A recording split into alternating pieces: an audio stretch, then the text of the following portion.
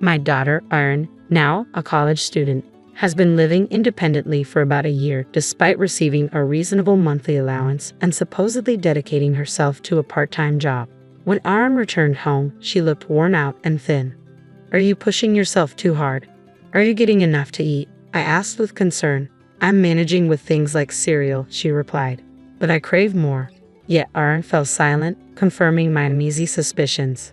She thanked me, saying, "Thanks for the $13 a month, Mom." I couldn't believe what I heard. $13? I've been transferring $1,300 every month. My name is Laura. People have always said I have poor judgment in men. My first boyfriend in college cheated on me within 3 months. Then I dated a younger guy who became a freeloader, likely because I was footing the bills. The man I married after 4 years of dating turned out to be both a spendthrift and a cheat. After divorcing him, I raised Erin as a single mom for 10 years. Erin, whom I once perceived as young and naive, has matured into a dependable daughter, taking the lead in household chores. Despite my insistence that she need not exert herself so much, she remains steadfast, asserting, "You're already doing so much for us, Mom. I worry you'll burn out if I don't help." Moreover, Erin never slacks in her studies. "I want to contribute like you, Mom. I don't want to be a burden," she expresses, diligently preparing for her college entrance exams since her high school days. Though she may exhibit traces of naivety, I wholeheartedly believe she's an exceptional daughter. After diligent studying, Erin received the long-awaited acceptance letter from a prestigious public university. Together, we eagerly searched the bulletin board until we spotted Erin's applicant number, and we clasped hands in joy. As the days swiftly passed before her college journey began, we decided to take a celebratory hot spring trip, relishing every moment of the relaxation. While immersed in the soothing warmth up to my shoulders, I glimpsed my daughter, her cheeks rosy with contentment, and I found her endearing words, "Mom, this is so wonderful," deeply touching. In that serene moment, I silently vowed to protect her with all my heart, no matter what challenges lay ahead. As Erin embarked on her college journey, she left the nest with a blend of pride in her growth and a hint of loneliness. I bid her farewell, watching her set off on her new path. Since Erin began living independently, our nightly phone calls became a cherished ritual.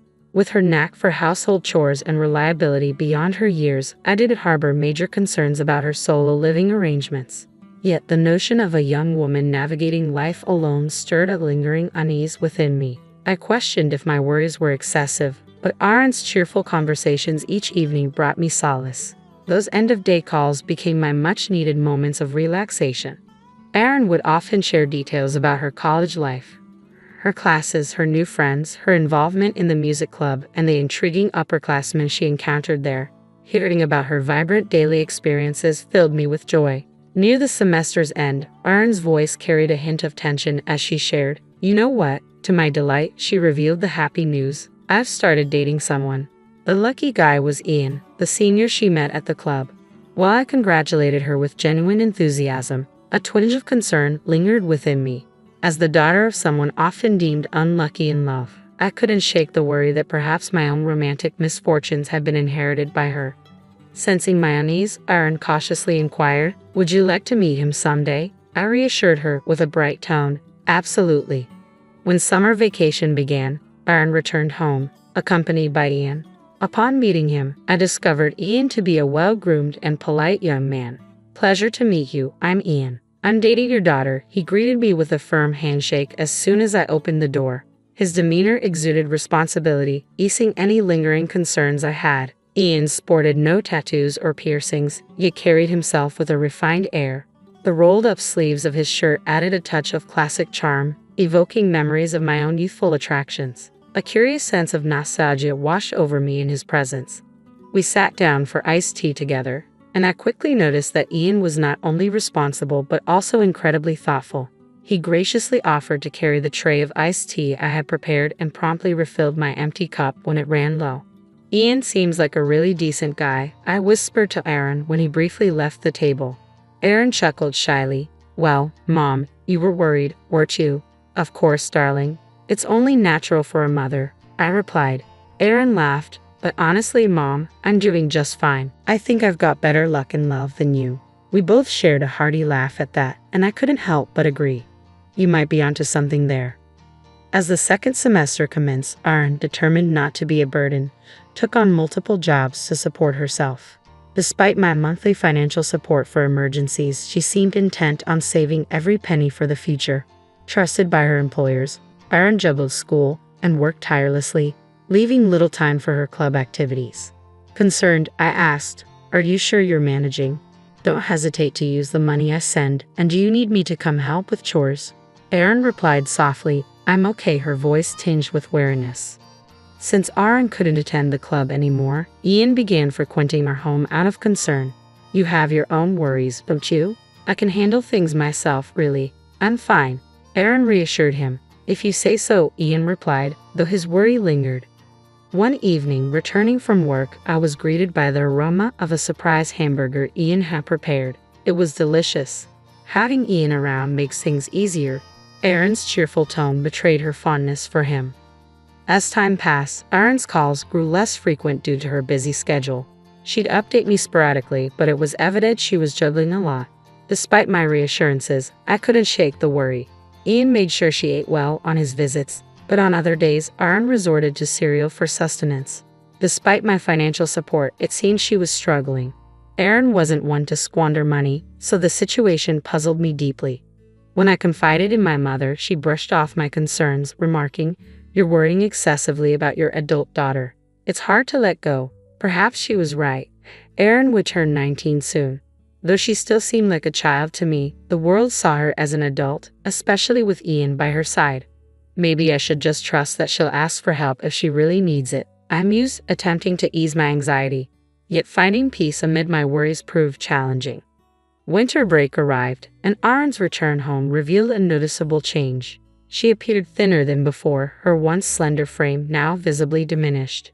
Dark circles marred her tired eyes. When she explained she had been working late the previous night, coming straight home thereafter, concern flooded me. "Aaron, are you pushing yourself too hard lately? Are you eating properly?" I inquired, unable to hide my worry. "I'm eating properly, cereal and such," Aaron responded. Her sudden silence spoke volumes. Hastily she added, "But I've mastered the art of cereal." Her smile strained. It seemed forced, prompting a gnawing worry within me. Was she truly eating well? Despite my consistent financial support and her diligent work, a troubling sensation crept over me. Aaron's next words only heightened my unease. "Thanks for the $13 every month, Mom." "$13? I send you $1,300 every month," I replied, stunned by the revelation. A sense of foreboding gripped me. "Aaron, where do you keep your checkbook and debit card?" "It's in my desk drawer at home," Aaron replied. "I'm heading to your place now, Aaron. There's something I need to check," I announced suddenly. Aaron looked surprised by my abrupt declaration but nodded in agreement. As we rode the train to her apartment, conversation flowed between us. The first topic broached was the matter of her mistaken allowance. Aaron explained that she maintained a living expenses account for her part-time earnings and a savings account where I deposited her allowance. She had recently depleted her savings purchasing textbooks and other necessities for the new semester. When she checked her account balance, it was a mere $78. Despite my consistent financial support, she had never inquired about the exact amount. Assuming the $78 was the sum total of my contributions over 6 months, she calculated it to approximately $13 per month. "Is that about right?" I asked. "I thought so, but I thought you might be struggling too, Mom. Honestly, you're such a silly girl. How much do you think I earned?" "Don't underestimate me," Aaron retorted to my semi-joking remark. Her words seemed to ease the tension momentarily, but a shadow crossed her face once more. It dawned on me why Aaron hadn't accessed the money I sent. Someone must have gained access to her bank account, and the most suspicious candidate was Ian, who frequented her apartment. Aaron appeared to be in denial, and I found myself reluctant to entertain the idea that her seemingly kind boyfriend would be involved in theft. I nervously watched as the train approached the nearest station. Upon reaching Aaron's home, we hurriedly retrieved her checkbook and made a beeline for the nearest ATM at the bank. With evening drawing near and the clock ticking past late afternoon, time was of the essence. We inserted the checkbook into the ATM and anxiously awaited the update. The balance displayed on the checkbook left us both speechless. Despite the consistent deposits of $1,300 each month, there were clear signs of frequent withdrawals. Aaron's complexion paled as she whispered softly, "Why?" Concerned by her visibly strained state, I escorted Aaron to a nearby coffee shop where I resolved to delve deeper into the issue at hand. My primary focus was understanding how her checkbook was being managed. Erin disclosed that she stored her checkbook and debit card in a locked drawer within her desk. However, the key to this drawer was stored elsewhere, making it accessible to anyone entering the apartment. The only individual with the potential to access her room in her absence was her boyfriend, Ian, who possessed the spare key. Furthermore, the PIN associated with her debit card was the same as the one she commonly used for her other cards. It became evident that someone had likely observed her during a money withdrawal. I must admit, I was careless when setting up the account. I'm sorry, honey. Mom should have been more careful, I confess. I never anticipated someone else would access the money. It's not your fault, Mom. I should have been more vigilant in managing it. Erin responded. Well, we both share responsibility, I interjected. But the person at fault here is the one who spent money without permission. Yeah, you're right, Erin replied, her tone lacking its usual vigor. Understandably so, she had been betrayed by the person she likely trusted the most. Witnessing my daughter so crestfallen tugged at my heartstrings. I'll handle this, I declared unexpectedly. What? You may want to downplay this, but it's a serious offense. We need to gather evidence and report it to the police. The police? Erin's voice quivered, clearly unsettled. Yes, it's necessary, but don't worry. I'll handle everything. It's all to ensure your peace of mind during college, all right? I reassured her, and Aaron nodded reluctantly. A few days later, I sought the help of a private detective agency, the same one that assisted me when my husband was suspected of infidelity. I need you to investigate my daughter's boyfriend.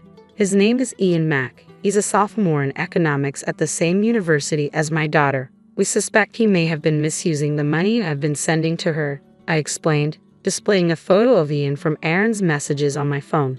They agreed to take on the case without hesitation, despite their steep fees. It was a necessary expense to resolve this matter for Aaron's sake.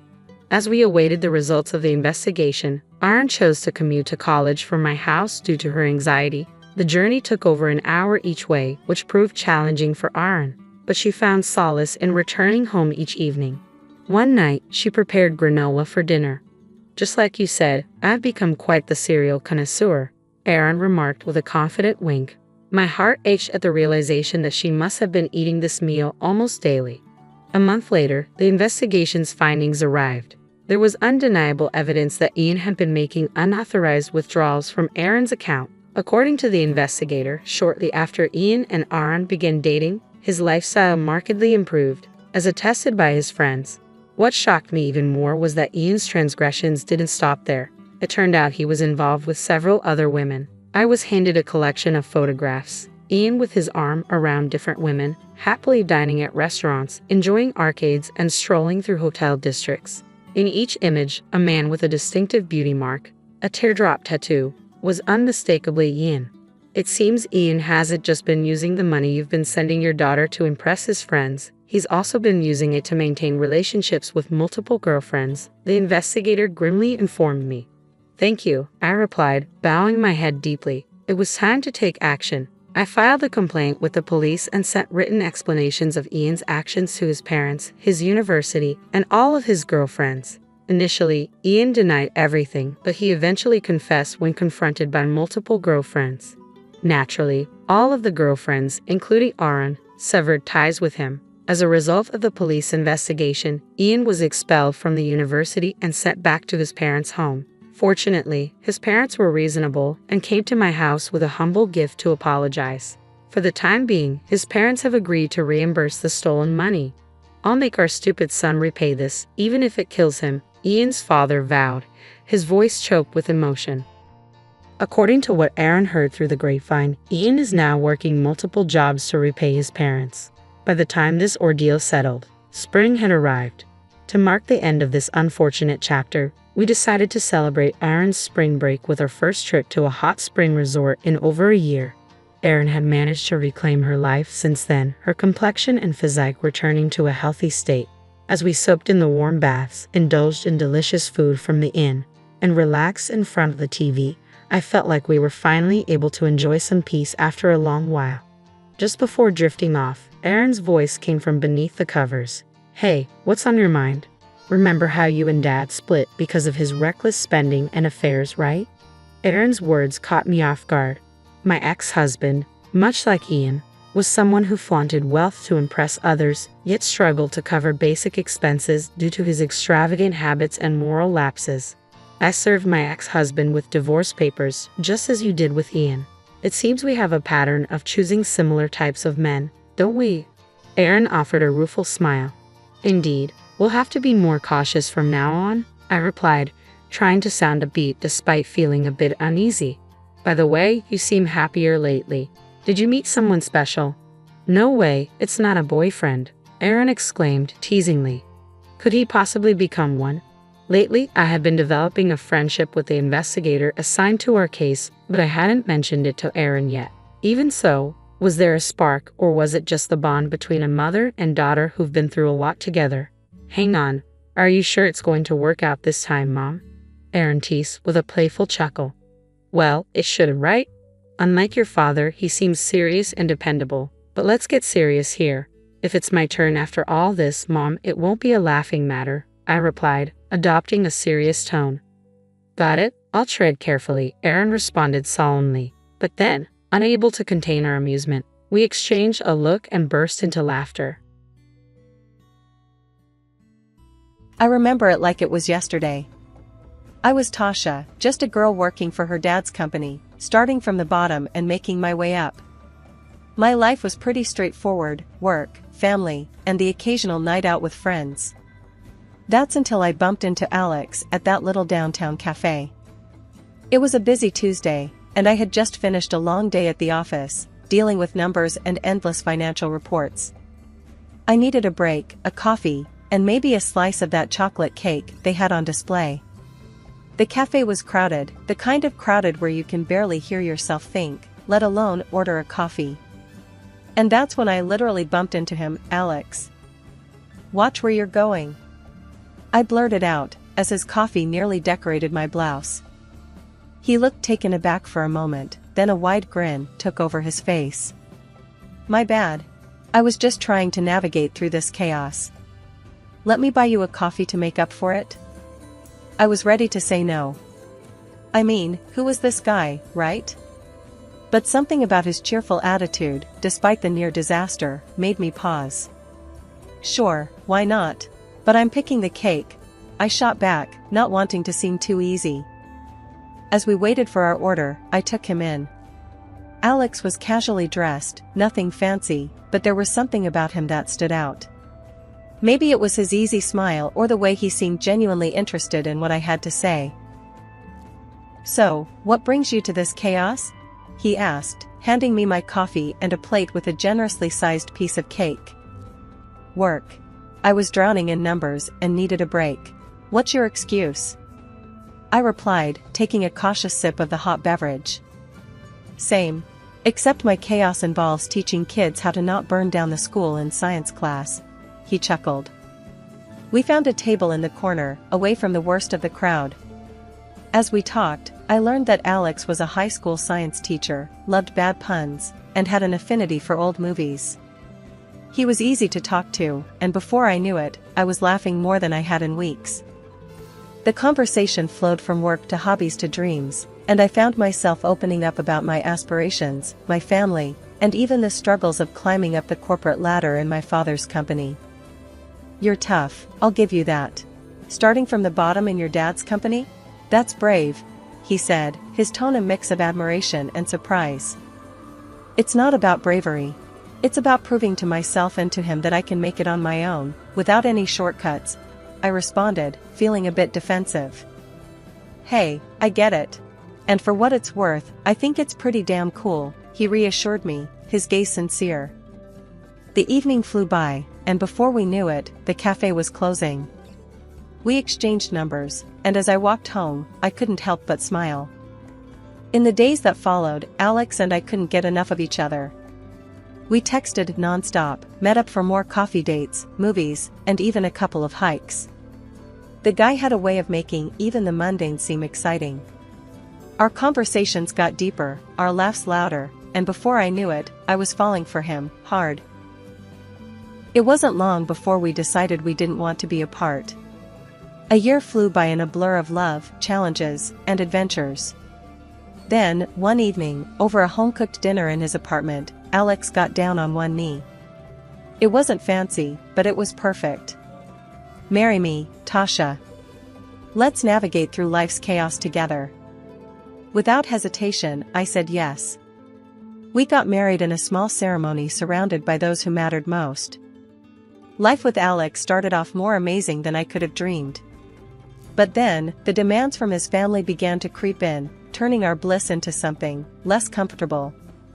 One evening, we were having dinner with Alex's mom, Carol, a lady who had a way of wrapping her demands in velvet, making them sound almost reasonable, if you weren't paying attention.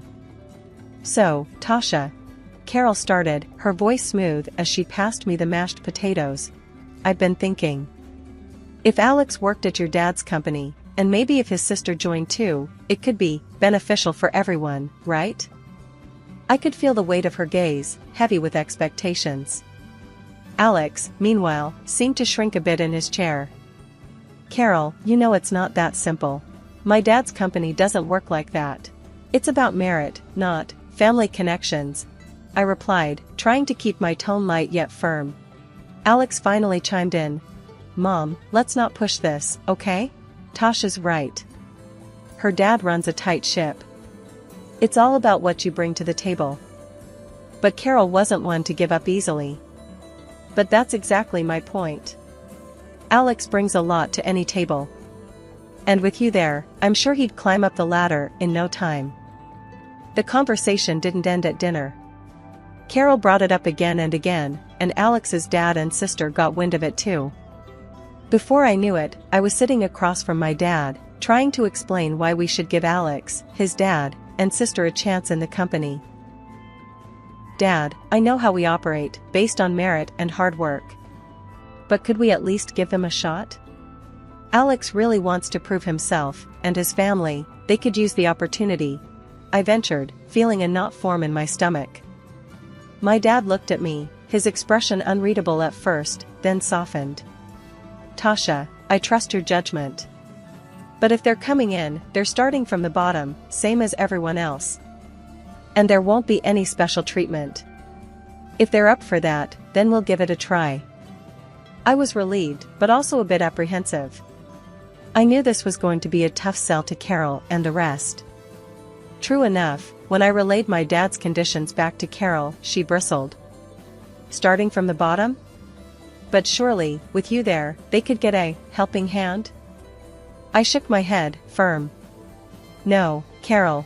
It's how my dad runs his business. It's fair. Everyone gets the same treatment." Somehow, they all agreed, albeit reluctantly. 2 months after the whole ordeal with Alex's family joining my dad's company, things hadn't really cooled down. In fact, they heated up again when Carol, my mother-in-law, decided to stir the pot. She was over for what I thought was a casual visit, but then she launched into it. "Tasha, I just don't get it. My daughter's been with your dad's company for a while now, and there's no talk of a promotion or a raise. What's going on?" I tried to keep my cool, really, I did. "Carol, you know the company policy. It's all about performance, and honestly, she's not exactly putting in the effort. Leaving early, making careless mistakes, it's just not how we do things." Carol huffed, clearly not satisfied with my answer. "That's just your excuse. You could help if you wanted to, but you don't. You're not looking out for us." It felt like a slap in the face, considering all the strings I'd been trying to pull to keep the peace. And then there was Alex. Whenever we were alone, he was all understanding, nodding along to everything I said. But the moment Carol was in the picture, it was like he switched sides faster than a politician in a scandal. And sure enough, that same evening, Alex came to me, all riled up after a chat with his mom. "Tasha, this isn't right. I'm working hard, and so is my sister. Why are we still at the bottom? You need to talk to your dad. We deserve better pay." I looked at him, disbelief washing over me. "Alex, come on. You know the situation at work. You're not exactly outperforming anyone. I've been helping, covering for you even, but there's only so much I can do without it being unfair to everyone else. He wasn't having any of it, though. That's just it, isn't it? You're not even trying. My mom's right. You could change things for us if you wanted to. I felt my patience wearing thin. Alex, demanding a raise you haven't earned isn't how this works. It's about fairness, about doing your part. And right now, you're not living up to that. Life, as I knew it, came crashing down one ordinary Wednesday afternoon. The call came in just as I was wrapping up at work, a number I didn't recognize flashing on my phone screen. I almost didn't answer, but something nudged me to pick up. "Is this Tasha?" a voice asked, formal and unfamiliar. "Yes, speaking. Who's this?" I replied, a knot forming in my stomach. "I'm afraid I have some bad news," the voice continued, and just like that, my world stopped spinning. The details that followed blurred into a haze of disbelief. There had been a train accident, and my parents were on that train.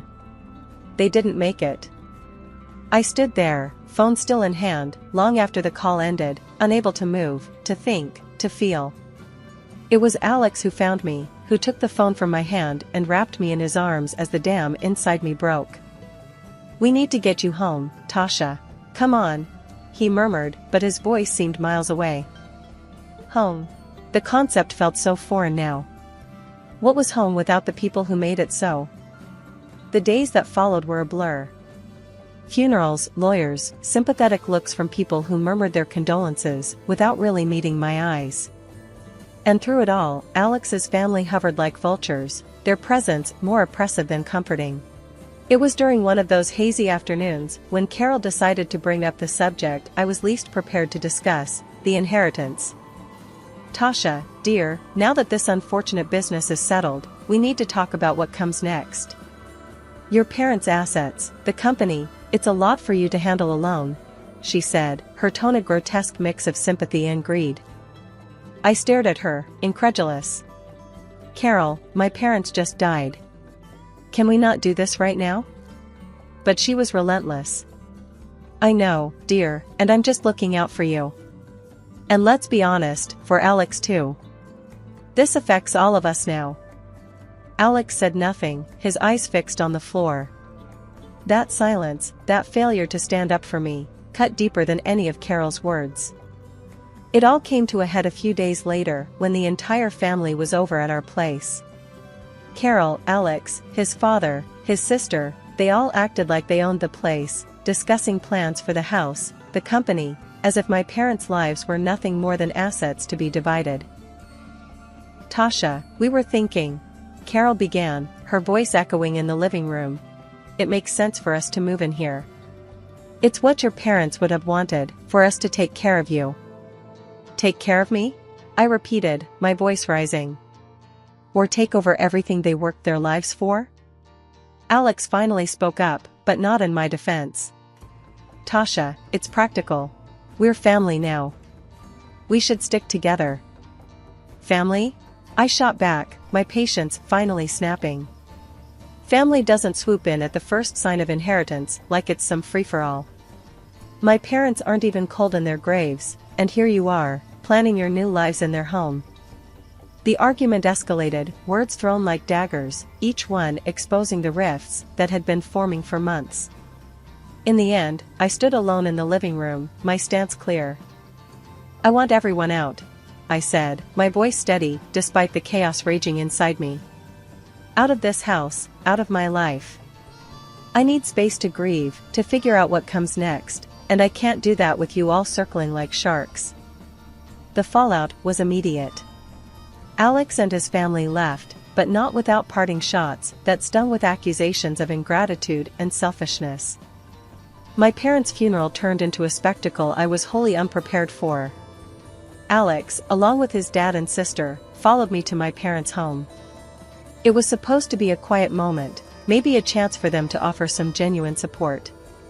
Instead, it turned into something else entirely. As soon as we walked through the door, Alex started playing tour guide in my childhood home, pointing out all the luxurious details and furnishings as if he was showcasing a mansion on one of those reality TV shows. His enthusiasm was misplaced, to say the least, but what came next was downright appalling. Upstairs, his sister, practically bouncing with excitement, declared she had found her new room, the one with the expansive bathroom my parents had renovated just last year. But the real shock came when Alex opened the door to my parents' bedroom. Carol actually clapped her hands, her eyes wide with what I can only describe as greedy delight. "Oh, I've always dreamed of having a bedroom like this," she exclaimed. "It's decided then, this is where we'll stay."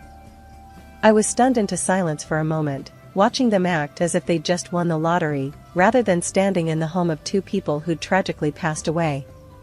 My shock turned to outrage, and I couldn't hold it back any longer.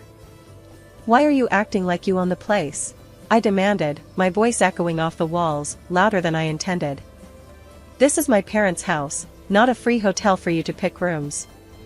Alex tried to smooth things over with that tone of his, the one he uses when he thinks he can make everything sound reasonable. "Babe, think about it. It makes sense for everyone. We'll be safer and more comfortable together. It's what's best, economically too."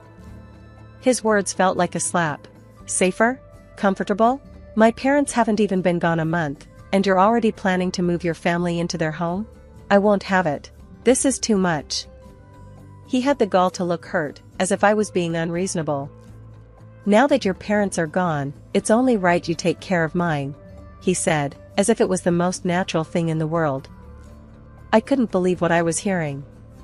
The arrogance, the entitlement, it was as if losing my parents meant I'd inherited a new set of dependents overnight. "That's it. I want to talk. Everyone, downstairs, now," I said, my voice firm, commanding. The look on their faces told me they weren't used to being spoken to like that, at least not by me. But I'd had enough. It was time to set some boundaries, make it clear that their expectations were not only unrealistic, but completely out of line. As I watched them all gather in the living room, Carol leading the charge with a gleam in her eye, I felt like I was in some twisted reality show. "Now that we're all here, let's talk about the future," she began, her tone dripping with a mix of glee and greed that made my skin crawl. "With your father's company and all this," she gestured broadly at the house belonging to us, "we're set. My son will take over the business, and if you're not keen on us staying here, well, we can just build something even grander." I stood there, incredulous, watching them nod and smile as if they'd won the lottery. "You think all this is yours to claim?" I asked, my voice tight with barely contained anger. "This is my inheritance, my parents' legacy, not a jackpot for you to squander." Carol scoffed. "Oh, please. We're family. What's yours is ours. It's only right that we benefit from this fortune." I laughed, a harsh, bitter sound. "You have no right to any of this. My parents worked their entire lives for this, not so you could come in and claim it as your own."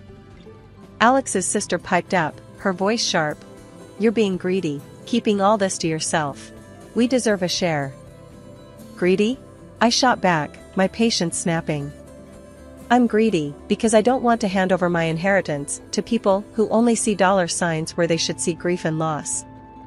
The room erupted into a cacophony of accusations and denials, their entitlement clashing with my disbelief.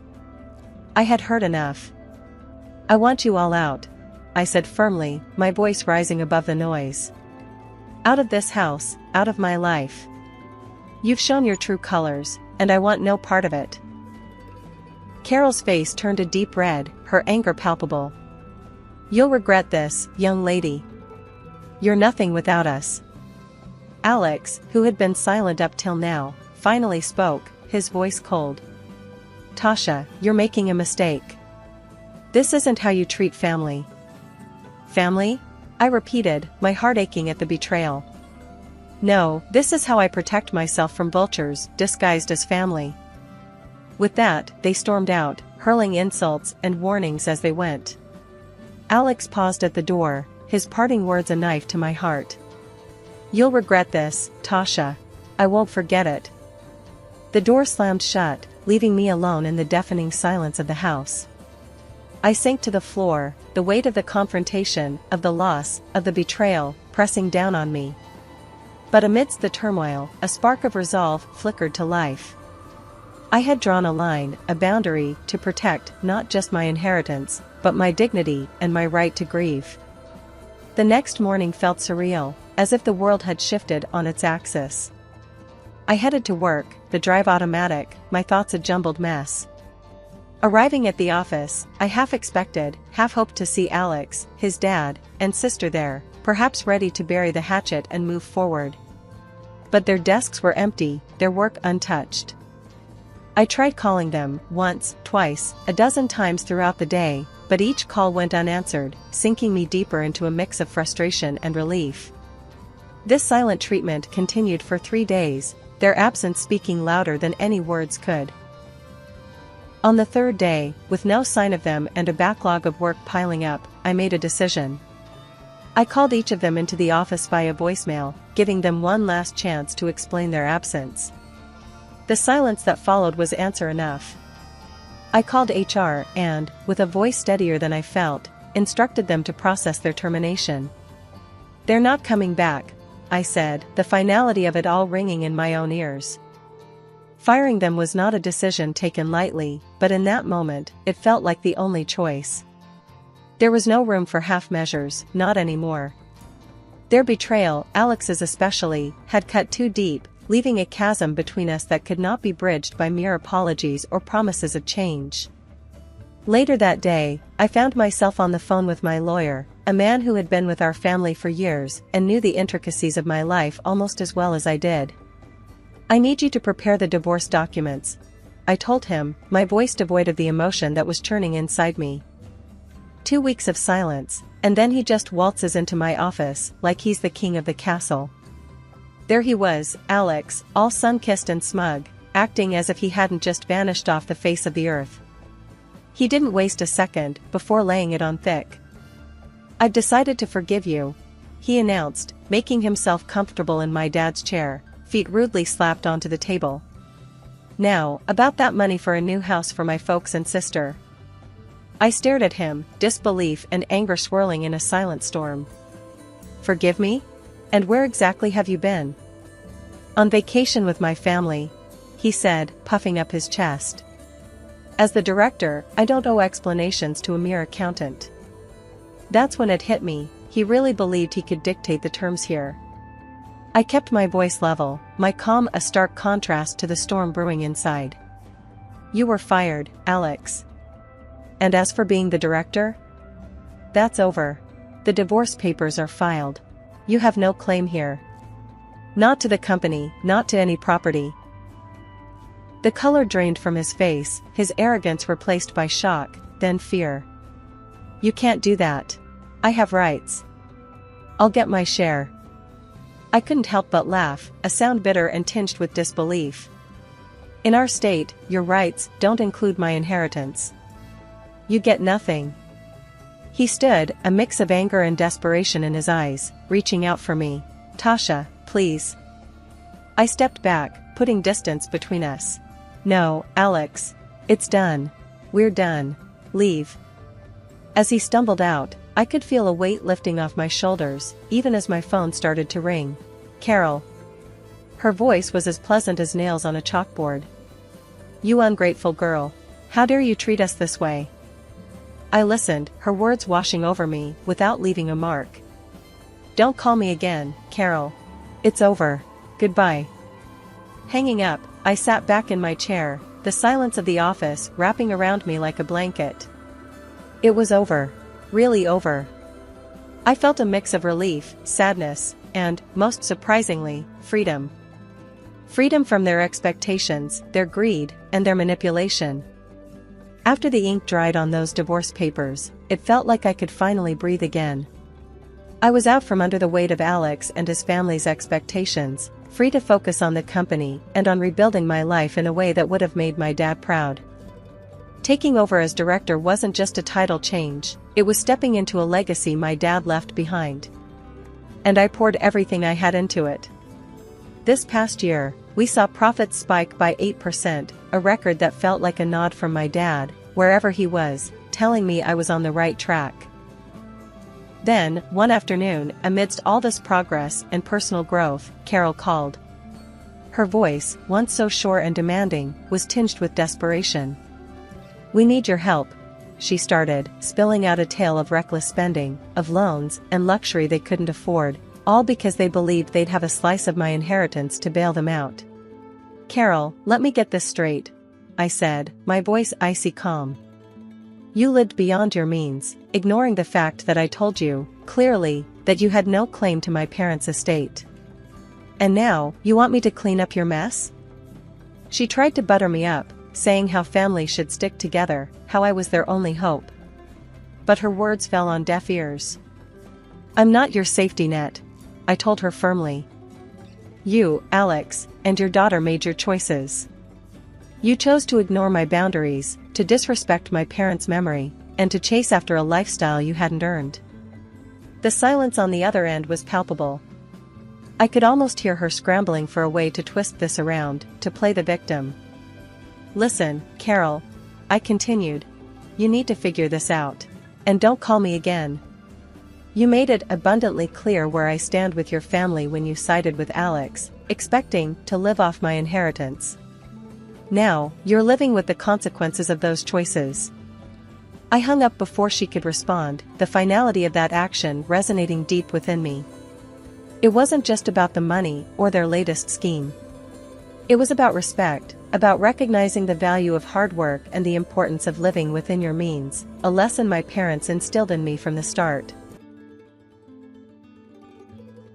My name's Alex, and I guess you could say I was born with a silver spoon in my mouth, but that spoon might as well have been a shovel, digging me deeper into a life I never asked for.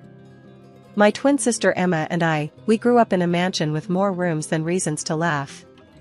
Dad co-owned a tech company that was the talk of the town, and Mom, well, she ran the household like a tight ship, her only job making sure Emma and I lived up to the family name. From the get-go, it was clear Emma was the star. Straight A's, head of her debate team, and a whiz at chess. Me? I could barely keep up with the multiplication tables. But that didn't stop Dad from pitting us against each other, like some twisted version of Survivor where the loser got grounded from life's little comforts. "Dad, why can't I just quit math club? I hate it," I'd moan, dragging my feet through our marble-floored hallway. "Quit? Winners don't quit, Alex. You think life's gonna hand you everything on a silver platter?" Dad would scoff, never looking up from his evening paper. "But Emma's better at it." "I want to try music," I'd protest, hoping for a sliver of support. "Music? That's a hobby, Alex. It won't pay your bills or keep this roof over your head," he'd snap back, his voice echoing off the high ceilings, dismissing my dreams like crumbs from the dinner table. Emma, bless her, she tried to be the peacemaker, but even she couldn't bridge the gap widening between us. "Alex, just play their game for now. We'll figure it out," she'd whisper, her eyes scanning the room for eavesdropping ears. But playing the game meant endless tutors, extra classes, and competitions where my only trophy was the title of the other twin. My parents had our lives mapped out, Princeton for college, then a cushy spot at Dad's company.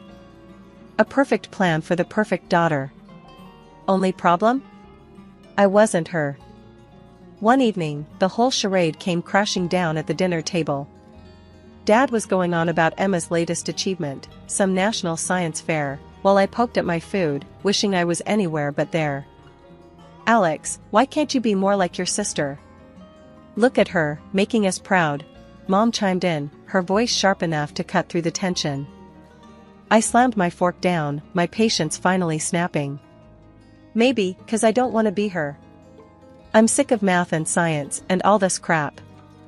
I want music, not this." The room went silent. Dad's face turned a shade I'd never seen before. He stood, his chair scraping against the floor like a warning bell. "You think you have a say in this? You'll do as you're told, or you can find yourself another family who'll put up with this nonsense," he bellowed, his voice booming. Tears stung my eyes, but I refused to let them fall. Emma looked at me, her face a mix of sympathy and fear, a silent plea to just back down. But I couldn't. Not anymore. My house felt more like a battleground than a home, thanks to Dad's philosophy: competition breeds success. He wasn't just talking about business, no, he made sure Emma and I lived it. Every grade, every award was another round in the ring, and more often than not, I was on the losing end. One morning, I remember walking down to breakfast, the smell of pancakes filling the air. It should have been a good start to any day, but not in our house. Not when report cards had come in the day before. "Look at this," Dad said, waving Emma's report card in the air like he'd won the lottery. "Straight A's. Emma, you're setting the bar high."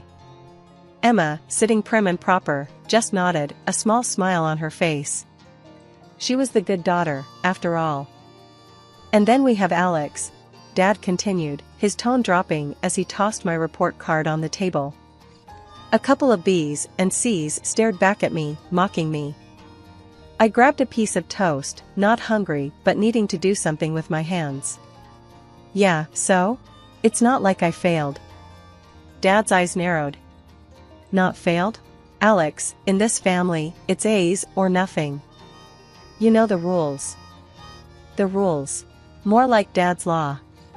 Emma got the new clothes, the special treatment, and there I was, wearing the same jeans I had for the past year, the fabric thinning but not as much as my patience. "I don't get it, Dad. It's just a couple of grades. Why does everything have to be a competition?" I asked, my voice rising. "Because, Alex, that's life. You think you're gonna get anywhere with those grades? You think you'll be anything more than average?" Dad shot back, his words like daggers. Emma tried to play peacemaker, as always.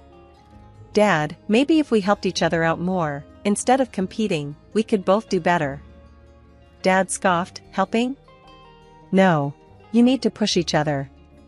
Only the best for my daughters." I remember looking down at my plate, appetite gone. "So, what? Since I didn't get straight A's, I don't get lunch today?" "No lunch, no new clothes. You know the deal, Alex. Maybe next time, you'll try harder," Dad said, his voice cold and final. The rest of breakfast was silent. Emma ate her pancakes, Dad read his newspaper, and I just sat there, stewing in anger and frustration. It wasn't just about the clothes or the food, it was about being seen as less in my own father's eyes. After breakfast, I went up to my room, slamming the door behind me. Emma followed, knocking softly. "Alex, you okay?" she asked, her voice laced with concern. "Do I look okay? I'm sick of this, Em. Sick of being compared, of never being good enough," I spat out, my words harsh but honest. Emma sat down beside me, her hand on my back. "I know, it sucks. But we're stuck in this together, right? Maybe we can find a way to make it work, to get through to Dad." I laughed, but there was no humor in it.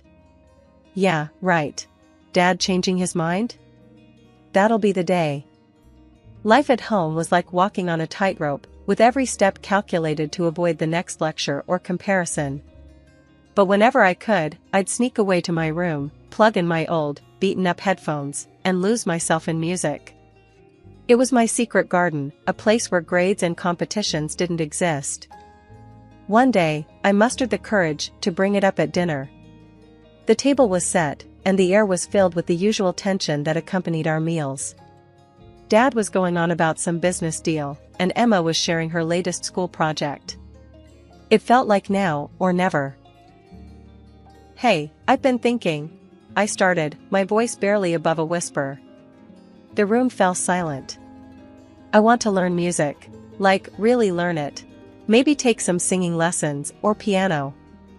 Dad's fork paused midair, and Mom's gaze snapped to me, her expression a mix of surprise and annoyance. "Music?" Dad finally said, his voice flat. "Alex, we've been over this. Your focus should be on your studies, on getting into a good college." "But I am focusing," Can't I have something for me? Something that actually makes me happy? I pushed back, feeling a mix of fear and defiance. Happy? You think life's about doing what makes you happy? Dad laughed, but there was no warmth in it. Real life is about making sacrifices, doing what's necessary. Music is a hobby, Alex, not a career. Emma glanced at me, her eyes filled with a silent apology. She knew how much this meant to me, but she also knew arguing with Dad was like talking to a brick wall. I don't see why I can't do both. Study and music, I argued, feeling the heat rise in my cheeks. Because I said so, Dad shot back, his voice rising. We're not spending money on some whim when you should be improving your grades. End of discussion. Mom nodded in agreement, her usual stance. Your sister is setting the example, Alex. Why can't you just follow her lead? The rest of dinner passed in silence. I barely touched my food, my appetite gone with my dreams. Later, Emma came to my room, knocking softly. Alex, don't let them get to you. You're talented, and you know it, she whispered, sitting on the edge of my bed. Talented? Right. If I was, they'd actually listen to me, I mumbled, staring at the ceiling. It was the end of what felt like the longest year ever. School was a blur of exams, essays, and endless lectures about our future, specifically, a future my parents had mapped out for us. For Emma, it seemed like smooth sailing. For me? A shipwreck in slow motion. I was in my room, trying to drown out the world with some music, when Emma burst in, her face flushed with excitement. Alex, the letters came. My heart sank. College acceptance letters. The ones that would apparently make or break our lives, according to Dad. Emma was waving hers in the air, a big, fat envelope from Princeton. I got in. Congrats, I mumbled, my voice drowned out by the jealousy and fear gnawing at me. Haven't checked mine yet. Emma's smile faltered. Come on, let's look together. It's gotta be good news. We found my letter, a thinner envelope that felt like it weighed a ton. I opened it with shaking hands, scanning the words quickly before they blurred into nothingness. I didn't get in. Emma wrapped an arm around me, but I shrugged her off, feeling a mix of relief and despair. I didn't even want to go to Princeton, but explaining that to my parents would be like talking to a brick wall. Dinner that night was when everything exploded. Mom and Dad were already halfway through a bottle of wine, celebrating Emma's acceptance. Here's to Emma, following in the family's footsteps, Dad toasted, beaming. And Alex? Mom asked, turning to me with a raised eyebrow. I took a deep breath. I didn't get in. The room went silent. Dad's face turned a shade of red I'd only seen a few times in my life. What do you mean you didn't get in? Did we not spend enough money on your tutors, your prep courses? How could you be so careless? I tried, okay? Maybe Princeton just wasn't the right place for me. I shot back, my voice rising. Not the right place? Do you hear yourself? You've embarrassed us, Alex. Thrown away every opportunity, Dad yelled, slamming his fist on the table. Mom chimed in, her voice cold and sharp. We expected better. Your sister managed just fine. Why can't you? That's enough. I stood up, my chair scraping loudly against the floor. I never wanted Princeton. I never wanted any of this. I want music, not some business degree. Dad looked like he might explode. Music? Is that your excuse? You're a disappointment. I felt something inside me snap. Fine. If I'm such a disappointment, maybe I shouldn't be here at all. Dad's eyes narrowed. Is that so? You think you can make it on your own? Fine. There's the door. Don't come back begging when the real world chews you up and spits you out. After the showdown at home, I didn't have much of a plan, just a bag of clothes and a heart full of broken dreams. But there was one person who had always been my anchor in the stormiest seas, Grandma Jean. She lived states away, a fact that seemed more like a blessing now. It meant distance from the chaos of my current life. I scraped together what little money I had and bought a train ticket. The journey was a blur, each clickety-clack of the train tracks a step further away from my old life. When I finally made it to Grandma Jean's, I was a mix of relief and exhaustion. Her house, with its familiar cozy warmth, felt like a safe haven for the first time in forever. I spilled everything to Grandma the moment I walked through the door, the fight, leaving home, my dreams of music. She listened, her brows furrowing and unfurrowing, her lips pressed into a thin line now and then. "Alex, you've always been the brave one," she said, her voice soft but firm. "Staying true to yourself in a world that wants to change you, that takes guts. But what do I do now, Grandma? I feel like I've just jumped off a cliff without knowing if there's water below," I confessed, feeling the weight of my choices. Grandma Jean chuckled, the sound warm and comforting. "Well, you swim, darling. You swim hard. And about this music dream of yours, you said you applied to a music institute?" I nodded, a flicker of hope igniting in my chest. "Yeah, in secret. I even got an audition date set before everything blew up." Grandma's smile then was like the sun breaking through clouds. "Then that's what we'll do. We'll go to that audition, and you'll show them just how bright you can shine." The idea was terrifying and exhilarating all at once. But I barely know the first thing about auditioning. What if I mess it up? "Then you'll learn, and we'll try again." "But something tells me you won't need to," she said, her confidence in me a stark contrast to the doubts swirling inside my head. The day of the audition came faster than I thought possible. Grandma Jean and I went to the institute together, her hand on my back, a steady presence. Walking into that audition room felt like stepping onto a battlefield, my nerve soldiers ready to turn tail. But then I sang, my voice steadier than I felt, pouring every ounce of emotion I had into the notes. The room was silent for a heartbeat after I finished, a silence so complete I feared I'd failed before one of the teachers finally spoke. "Your voice, it's quite remarkable. Clear, emotive, and strong. You've got a raw talent that's hard to come by," one of them said, and just like that, the weight lifted. I had done it. I was in. As we walked out of the institute, Grandma Jean's arm around my shoulders, I felt lighter than I had in years. "You did it, Alex.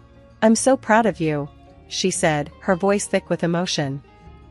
The buzz of the first few weeks at the Music Institute was something else.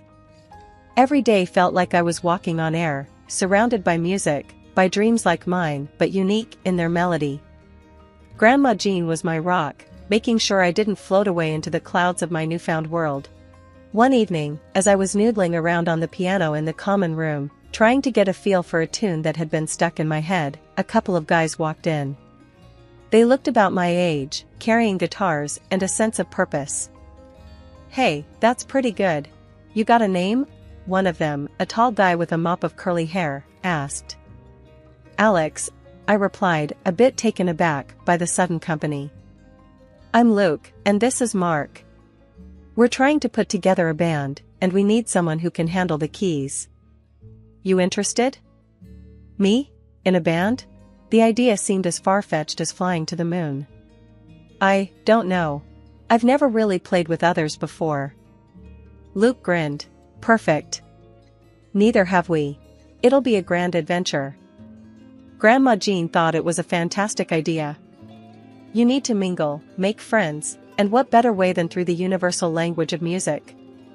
So, I joined Luke and Mark, and we started jamming together, finding our sound in the clash and harmony of our instruments. It was raw, exhilarating, and utterly terrifying all at once. One day, after a particularly good session, Mark, ever the dreamer, said, "We should record some of this stuff. Put it out there, see what happens." "Out there, as in the internet?" I asked, skeptical. "Do you think anyone would even listen?" Luke's confidence was infectious. "Why not? We've got something good going here. Let's share it." So, we did. We recorded a couple of songs, rough around the edges, but full of heart, and uploaded them online. I didn't expect much, why would I? But then, something crazy happened. People listened. Not just a few, but thousands. Then tens of thousands. The comments poured in, everything from "this is amazing" to "who's the girl on the keys? Her voice is incredible." I couldn't believe it. We had struck a chord, and suddenly, our little band wasn't so little anymore. Local gigs started coming in, each venue bigger than the last. The first time we played live, my hands were shaking so much I could barely hit the right notes. But as the music flowed through us, as I looked out at the sea of faces illuminated by the stage lights, something clicked. This was where I was meant to be. After one show, a guy in a suit approached us, a slick smile plastered on his face. "You kids have got talent. Ever thought about going professional?" We exchanged glances, the unspoken question hanging in the air. Were we ready for this? Grandma Jean's advice was simple. Take the chance, Alex. You've got nothing to lose and everything to gain. Just remember who you are, and don't let the glitz blind you. So, we took the plunge, signing a deal that seemed too good to be true. The gigs got bigger, the crowds louder, and our music spread like wildfire. I was living a dream I hadn't even dared to dream, my voice finding its way into the hearts of strangers. Then, one evening, as I was sifting through our latest batch of comments and basking in the surreal glow of it all, my phone buzzed with a call from Emma. Emma, my twin, the other half of me we'd grown so distant over the years, mired in rivalry and silence. "Alex? Hey, it's me," she said, her voice hesitant over the line. I paused, taken aback. "Emma? Wow, hi. What's up?" "I saw you on YouTube, with your band. You were amazing, Alex," she confessed, and I could hear the sincerity in her voice, a stark contrast to our last cold exchanges. A warmth spread through me. "Really? You think so? Thanks, Em. That means a lot, coming from you." There was a pause, and then Emma let out a sigh. "I wish I had your courage, Alex. I'm here at Princeton, doing what's expected, living this life that feels like it belongs to someone else. Surrounded by these kids who have everything, and yet I've never felt more out of place." Her words struck a chord, echoing my own feelings of being lost in a world where I didn't belong. "Emma, it's never too late to change your path. To find what makes you happy. I know, but it's not that easy. Mom and Dad, they found out about your singing. They're furious, saying you're ruining the family's reputation," she continued, her voice laced with worry. I laughed, but there was no joy in it. "Let them talk. I'm done living for them, Em. This is my life, and I'm going to live it on my terms." As we ended the call, a mix of emotions swirled within me. Pride, for the path I'd chosen.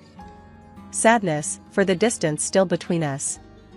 And determination, to bridge that gap, to rebuild the connection with my sister, not as rivals, but as allies in seeking our own truths, our own happiness. 6 months into the whirlwind that my life had become, with gigs almost every other night and our tracks blasting from speakers in corners of the world I hadn't even visited, I faced a confrontation I hadn't anticipated. Right after a show that felt like our best yet, the backstage drama outdid the onstage energy. Bursting into my dressing room, Dad's face was a storm cloud in human form. "Alex, what do you think you're doing? You're dragging our name through the mud." Grandma Jean, who had been my steadfast supporter at every show, stepped in, her voice the calm in the tempest. "Now, Richard, let's talk about this calmly. There's no need for a scene." The argument escalated quickly, voices rising, until security had to step in. Watching my parents being escorted out was surreal, a scene I'd never imagined in my wildest dreams. Afterwards, Grandma Jean was firm with the venue managers. "I don't want them anywhere near her, not when she's working. It's not just a request, I'm insisting." The next few weeks brought a barrage of texts from Mom and Dad, each one more cutting than the last, predicting doom and gloom for my career. They couldn't see the truth, blinded by their prejudice and disappointment. Fed up, I finally shot back with a link to one of our YouTube videos. Check the views. Listen to the fans. This is real. The video had exploded, racking up millions of views and comments praising everything from the music to my voice. The silence that followed was telling. They had seen it, the undeniable evidence of my success, and it had rendered them speechless. 2 years zipped by like a fast-forward track. Then, out of the blue, Mom called. Her voice was different, hollow, like the fight had gone out of her. "Alex, I need you to listen, just this once," she started, and something in her tone made me pause. She poured it all out, the bad luck that hit like a wrecking ball. Dad's business crumbled thanks to a backstabbing partner from overseas, leaving them penniless, forcing them to downsize their life to a cramped apartment. Emma, too, was hit by the fallout, pulling out of Princeton to chase a scholarship at a university she actually wanted to attend. And then came the kicker, the apology that sounded years too late. "We were wrong, Alex. I pushed you too hard, loved too little. I'm sorry." Hearing that was like a punch to the gut, but not for the reasons you might think. I was over the anger, past the resentment.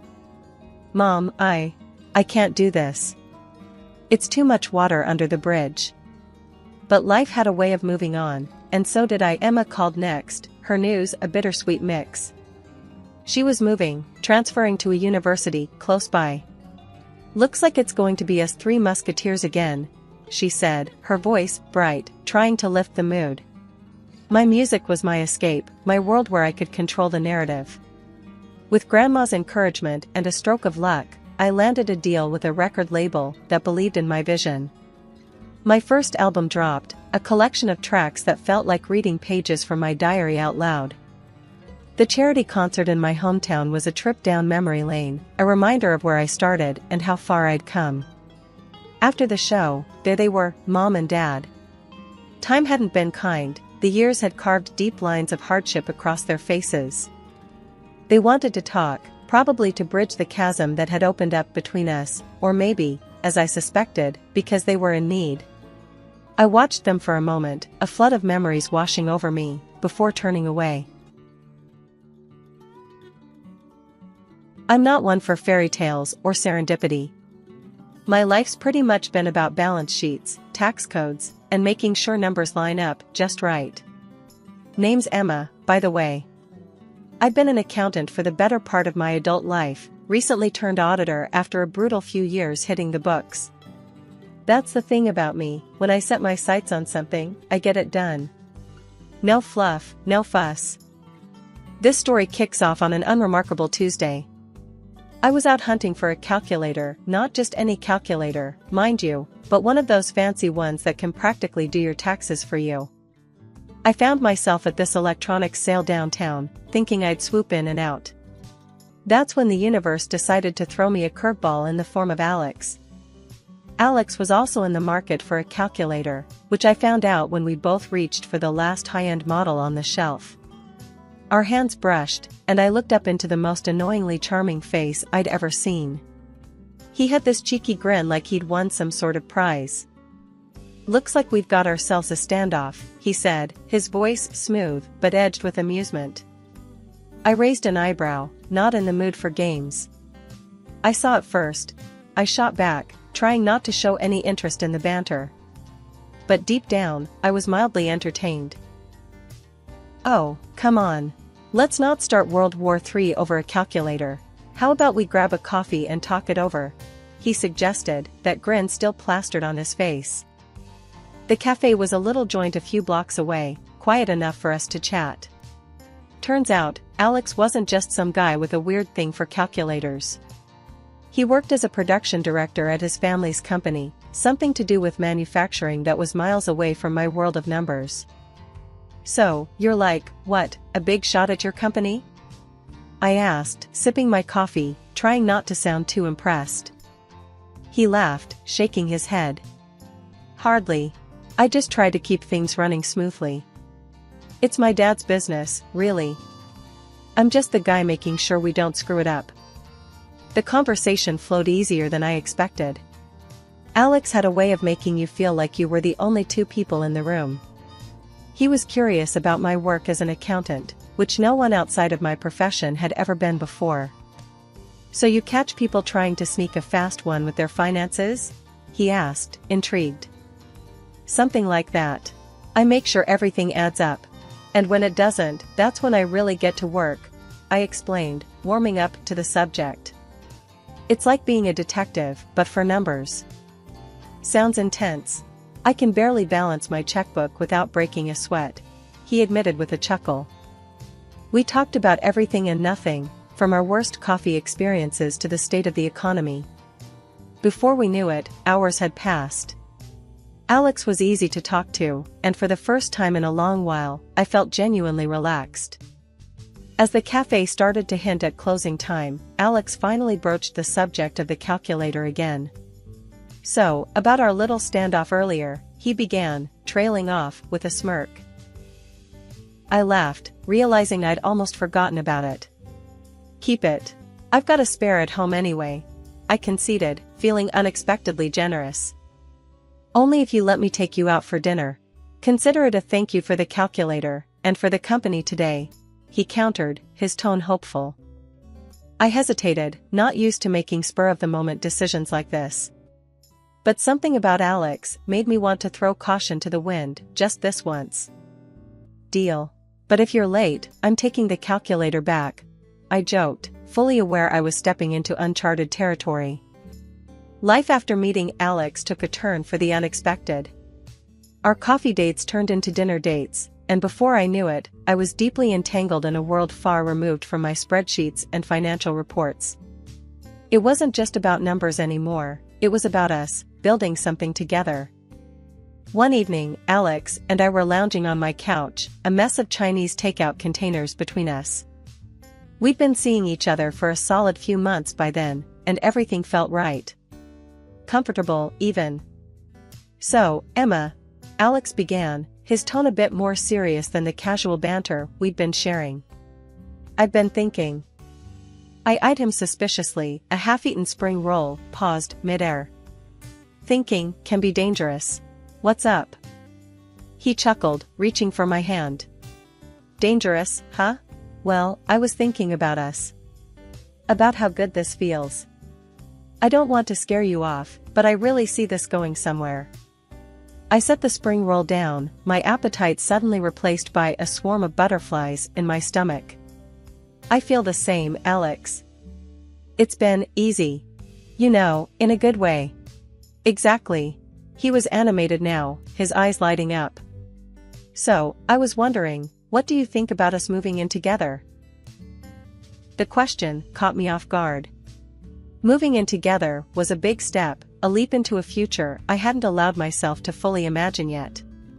But looking into Alex's hopeful eyes, I couldn't find a single reason to say no. I think I'd like that," I replied, my voice steady despite the whirlwind of emotions inside me. Alex's grin could have lit up the room. "Yeah?"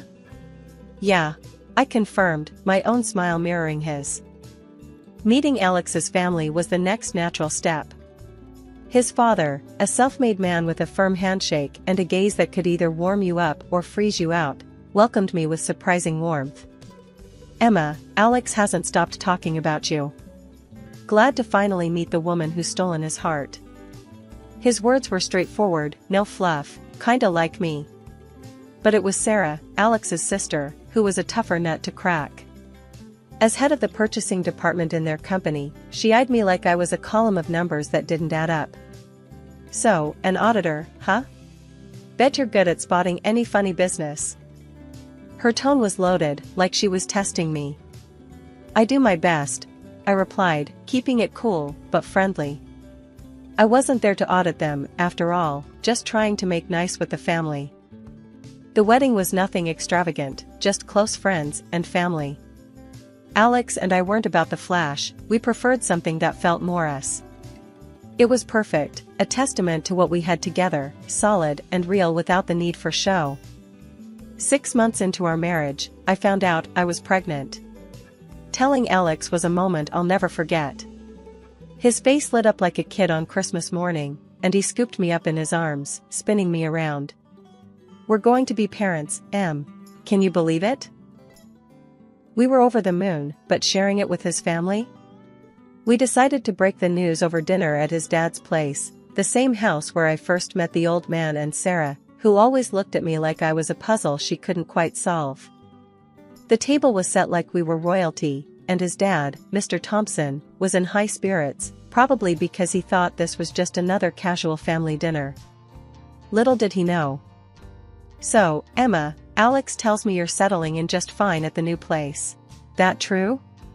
Mr. Thompson asked, passing me the potatoes. "Yeah, it's been great.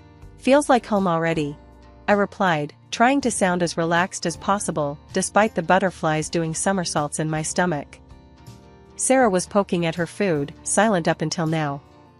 "Must be nice, playing house. Hope you're not distracting my brother too much from work," she said, her tone sharp like she was aiming darts my way. Alex jumped in before I could reply. "Sarah, cut it out. Emma's been nothing but supportive. Plus, we've got some good news to share." He looked at me, nodding for me to go ahead. I took a deep breath. "Well, the thing is, we're expecting a baby." You could have heard a pin drop. Mr. Thompson's fork paused midair, and even Sarah stopped her dart-throwing act to stare. "A baby?" Mr. Thompson finally broke the silence, his voice a mix of surprise and something else I couldn't quite place. "Well, I'll be. Congratulations. This is wonderful news." He got up to hug us both, a wide grin spreading across his face. Sarah's reaction was cooler, forced even. "Yeah, congrats. A baby, huh? That's big news." Her smile didn't quite reach her eyes, and I could tell this wasn't what she expected to hear. Mr. Thompson, oblivious to the tension, was already making grand plans. "We'll need to celebrate properly. And think about the future too. A grandchild. This calls for a toast." He was already fetching his best bottle, the mood significantly lifted. The rest of the dinner passed in a blur of congratulations and plans for the future. Mr. Thompson was already joking about how the baby would take over the company one day, a comment that made Sarah's smile falter even more. Planning the baby shower wasn't even on my radar until Sarah brought it up out of the blue. We were at a family dinner, one of those where Mr. Thompson tries to make sure we all still liked each other. Sarah had been quieter than usual, which, if you knew Sarah, meant she was plotting something. Out of nowhere, she's like, "So, Emma, when's the baby shower? We should throw you one."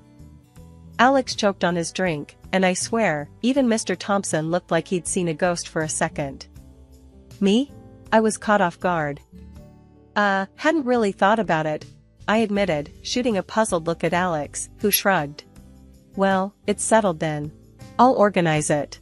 It'll be at our place," Sarah announced, as if her deciding made it official. Alex tried to protest. "Sarah, you don't have to." But she cut him off. "Nonsense. It's what families do. Right, Dad?" Mr. Thompson, bless him, just nodded, probably too surprised or scared to disagree. So, it was settled. Sarah was throwing the baby shower, and I had this nagging feeling in my gut that her sudden generosity wasn't without strings. The day of the baby shower arrived, and honestly, it was more than I expected. The decorations were tasteful, the food was great, and Sarah played the part of the gracious hostess a little too well. Relatives I hadn't met yet were cooing over baby clothes and sharing unsolicited advice. It was all going surprisingly smooth, which should have been my first clue that something was up. Towards the end, just as people were starting to leave, Sarah made a show of clinking her glass to get everyone's attention. "Before we all go, I just want to say something," she started, her voice dripping with a sweetness that didn't quite reach her eyes. "Recently, we've had some things go missing in the house. Just small stuff, but still. I hate to ask, but could everyone just check their belongings? Just to be sure." The room went quiet. It was like one of those moments in a movie where you know something bad's about to happen. People started awkwardly rummaging through their bags and pockets, and I felt this sinking feeling in my stomach. "And Emma," Sarah turned to me, a smile plastered on her face, "I couldn't help but notice you putting something in your purse earlier." Mind showing us what it was? My heart was racing. Sure, Sarah. I've got nothing to hide, I said, my voice steady despite the panic setting in. I opened my purse and turned it upside down, letting its contents spill out on the table.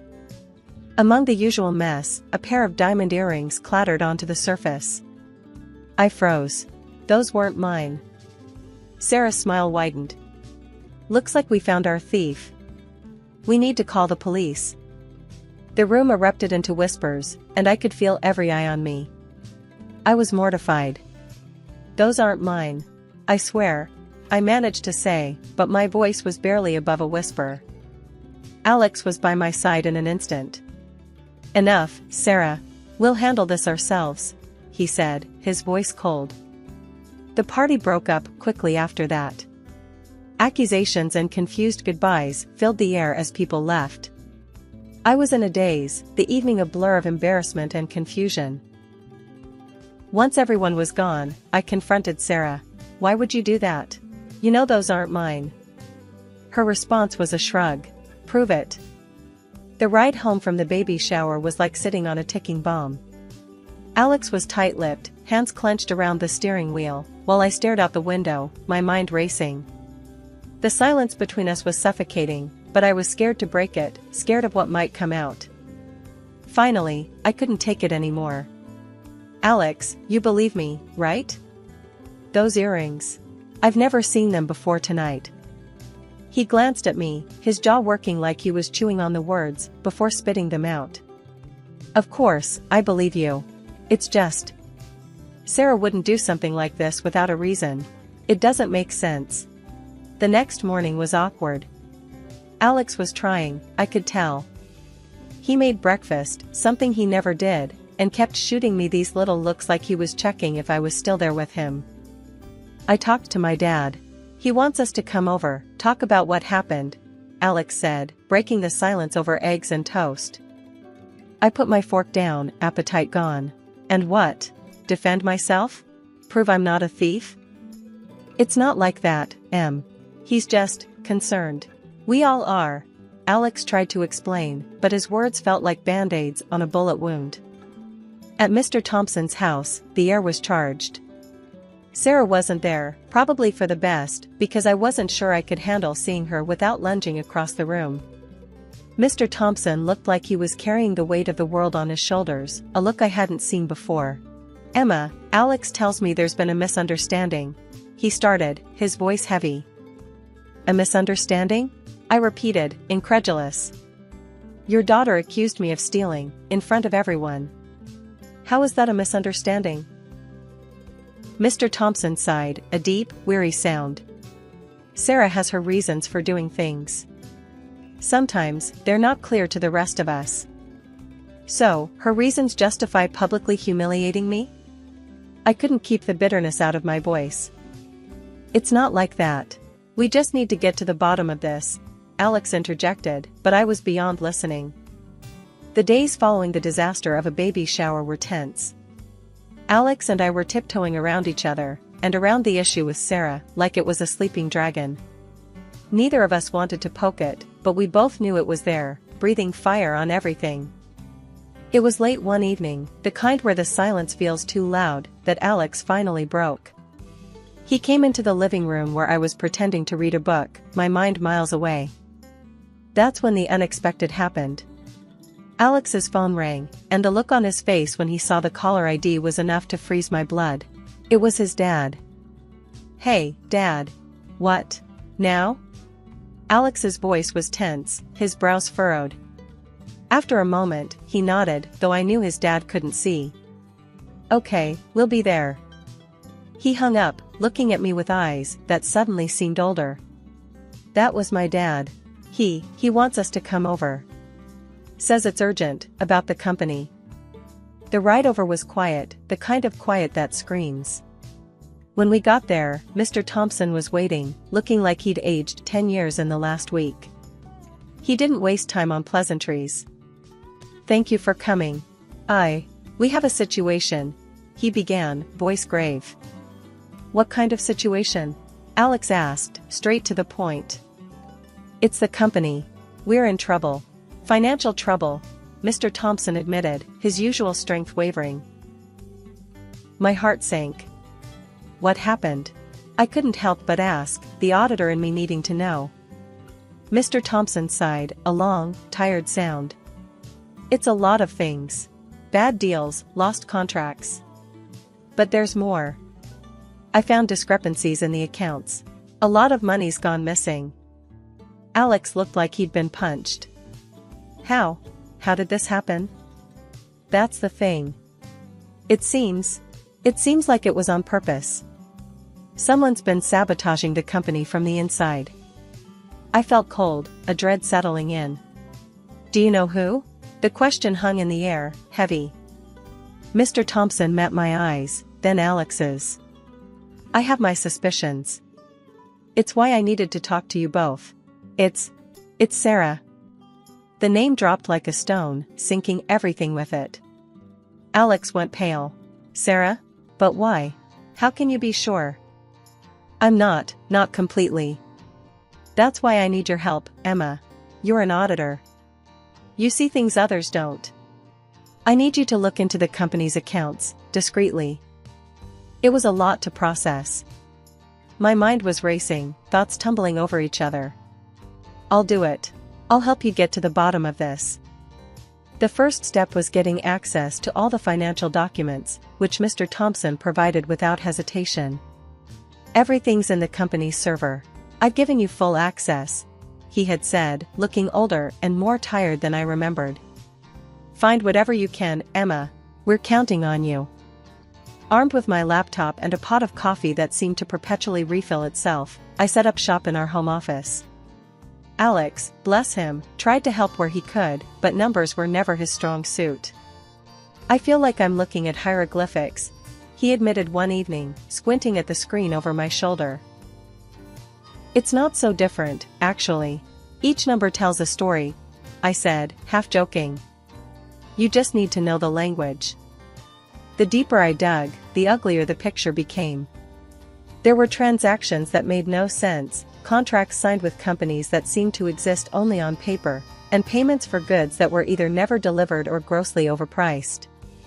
Look at this, I pointed out to Alex, showing him an invoice for materials that was 3 times the market rate. This is textbook kickback territory. He looked at the figures, his brow furrowing. But why? Why would Sarah do this? It doesn't make any sense. Anger and frustration were simmering beneath the surface of his voice. I knew he was struggling to reconcile the sister he thought he knew with the evidence we were uncovering.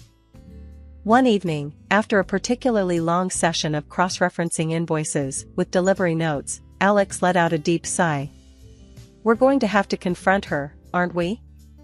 I closed my laptop, the weight of his words settling between us. Yeah, but not yet. We need irrefutable proof first. We can't accuse her based on suspicion alone. It was late one night when I finally closed my laptop, the last piece of the puzzle slotting into place. We had it. Proof that Sarah had been embezzling from the company, signing off on deals that benefited her personally at the expense of the company's health. We were gathered in the boardroom, a room that had seen better days, with the weight of the company's future hanging in the balance. The air was thick, charged with anticipation and dread as Mr. Thompson, Alex, Sarah, and I, along with the rest of the board, sat around that imposing oak table. As you're all aware, we've been facing significant financial discrepancies within the company. I started, my voice steady despite the fluttering in my stomach. My investigation has uncovered the source of these issues. All eyes were on me, including Sarah's, which flickered with something I couldn't quite place. Fear, maybe, or defiance. I found that contracts for equipment and materials have been signed with companies that exist only on paper. These contracts were grossly overpriced, and the equipment and materials supplied were either faulty or of subpar quality. I continued, laying out the evidence for everyone to see. The room was silent, the gravity of my words sinking in. I glanced at Alex, who gave me a small nod of encouragement. Furthermore, these transactions were arranged through figureheads, and it appears that personal remuneration was received for facilitating these deals. The total damage to the company amounts to more than $3 million, not to mention the severe impact on our reputation and the quality of our products." Gasps filled the room, and I saw Mr. Thompson's face harden with each word I spoke. "And who," Mr. Thompson's voice cut through the tension, "was responsible for these transactions?" All eyes shifted to Sarah as I said, "The evidence points to our head of procurement, Sarah Thompson." The color drained from Sarah's face as the realization of her exposure hit her. Mr. Thompson looked as if he'd been slapped, the betrayal by his own daughter a blow he hadn't seen coming. "Sarah, how could you?" Mr. Thompson's voice was a mix of anger and heartbreak. "You've not only betrayed this company, but your own family." Sarah shot up from her seat, her voice shaky, but defiant. "I did what I had to. I deserved recognition, a chance to prove myself, but all you ever cared about was Alex and now her." She spat, pointing at me. Mr. Thompson was on his feet now, his usual composure shattered. "You've done irreparable harm. I am disowning you and disinheriting you. You will face the full extent of the law for what you've done." The room erupted into chaos, with board members whispering among themselves, shock written all over their faces. The sound of police entering the room to detain Sarah was almost surreal, a stark reminder that the consequences of her actions were very real. After the storm had passed, and Sarah had been taken away, Mr. Thompson turned to me, his eyes softening. "Emma, you have done this company, and this family, a great service. You've shown a strength and integrity that is rare. Thank you." After all the dust settled and Sarah faced the music, getting slapped with an 8-year sentence, things started to shift for us. Not only did she have to cough up a chunk of change to the company for all the mess she caused, but she also had to pay me directly. Yeah, for that stunt she pulled with the earrings, trying to paint me as a thief.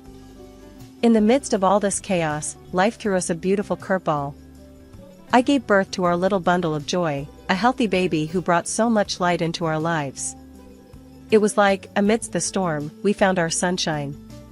And let me tell you, this kid has a special bond with their granddad. Whenever we visit Mr. Thompson, it's heart-melting to see them together. The old man's face lights up in a way I've never seen before. It's pure love, no two ways about it.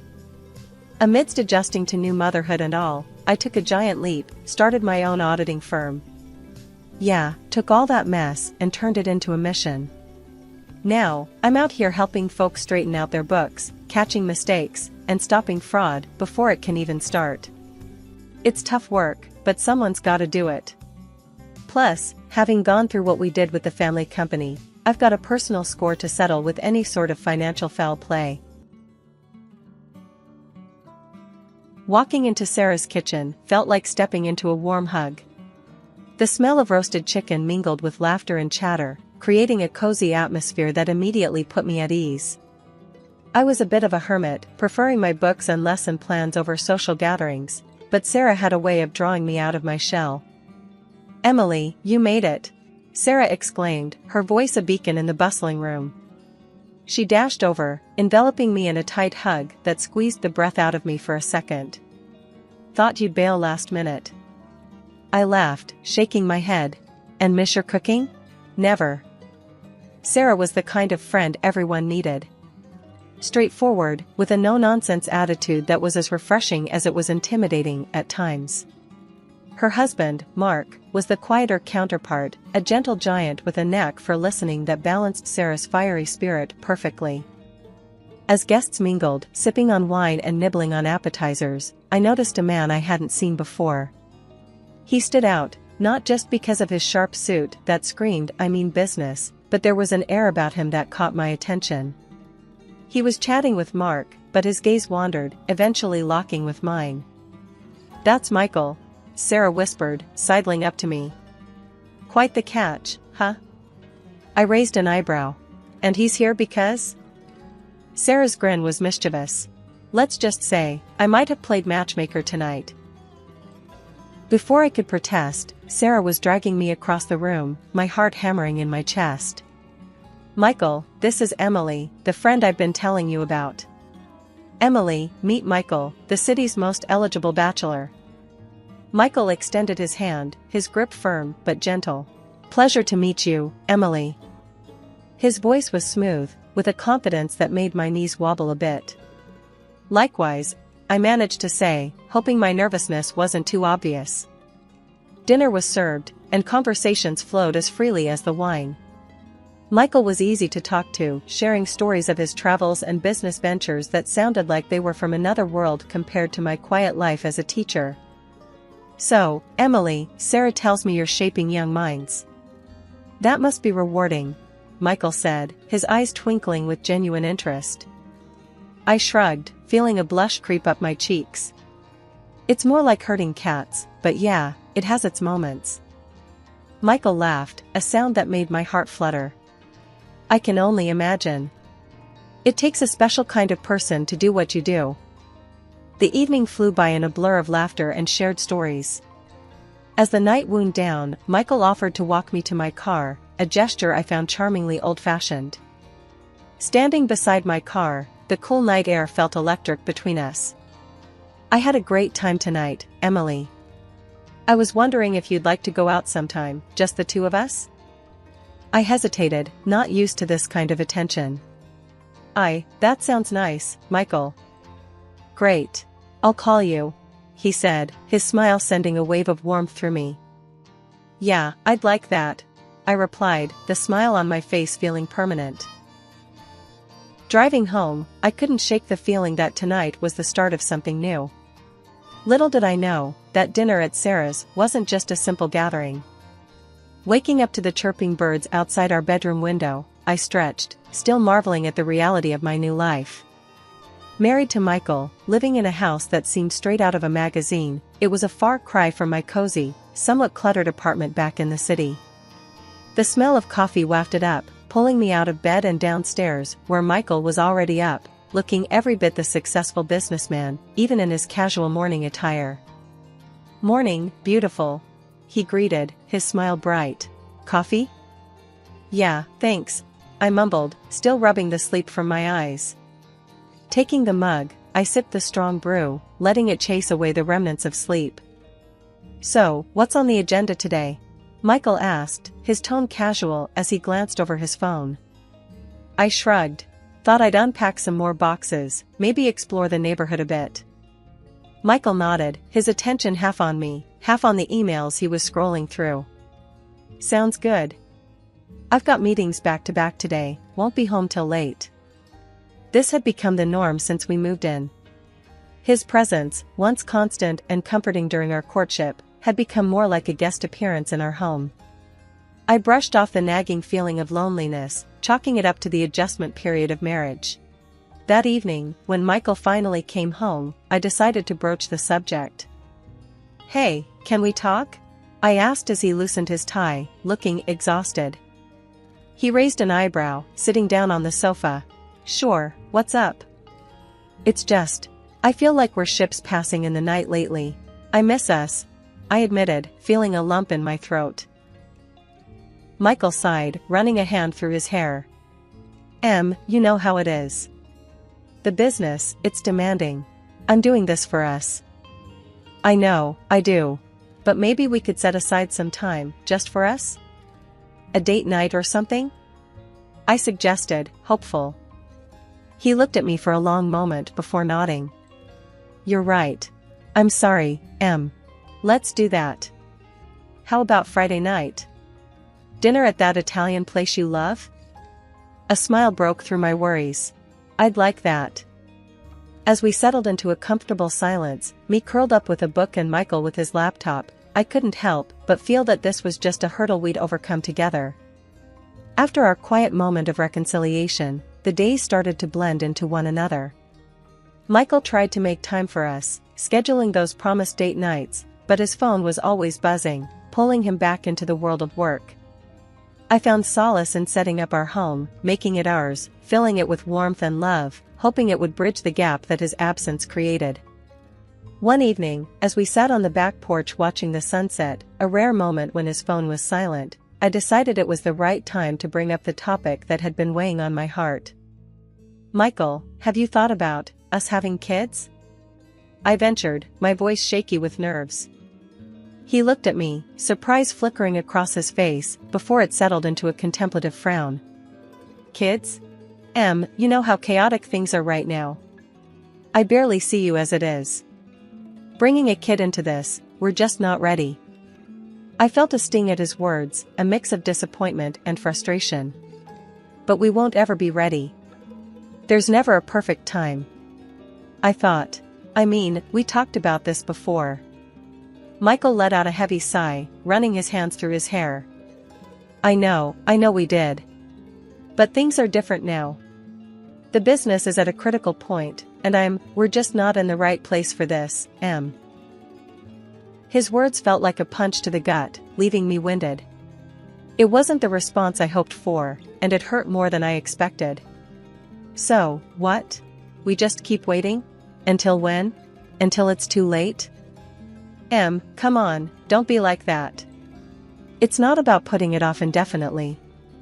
Just, not right now, okay? Let's get through this patch, and we'll revisit. I promise, he said, his tone gentle, but firm. I nodded, not trusting my voice.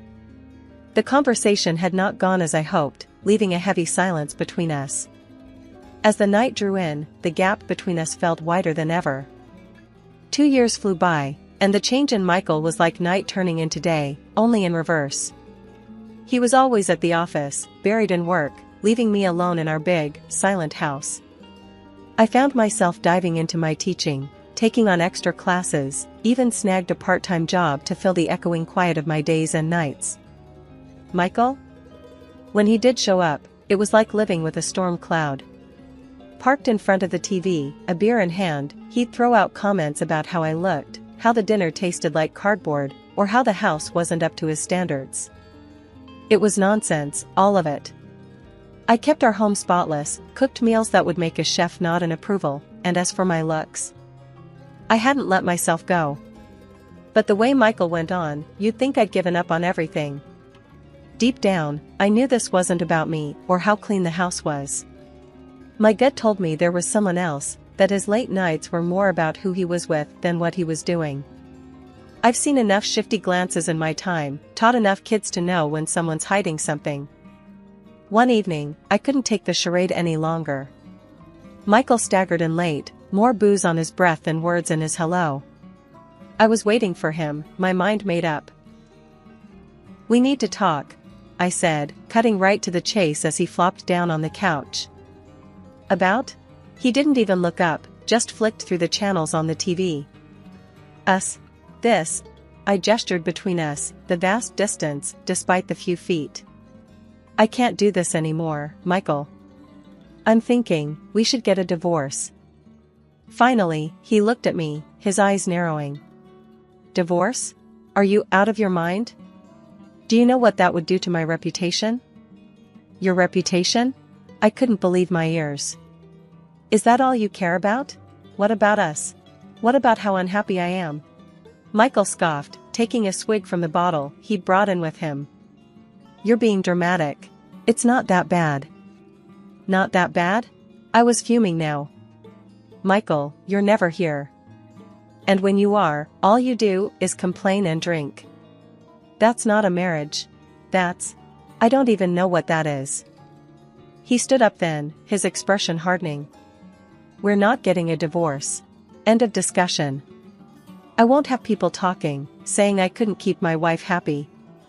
I stared at him, disbelief and anger swirling in my chest. So, you're happy to live a lie? For appearances? That's enough, Emily. I'm going to bed. We're not talking about this anymore. With that, he turned and left the room, leaving me standing there, my heart breaking in silence. The last couple of months had been rough. I felt like a shadow of myself, dragging through each day with a heaviness that sunk deeper than just fatigue. Food lost its taste, and my clothes hung loose on my frame. Teaching, something I'd always loved, became a chore I barely got through. Michael seemed oblivious to it all, more concerned about the dust on the TV stand than the fact I could barely muster the strength to get out of bed. It got to a point where even I couldn't ignore it anymore.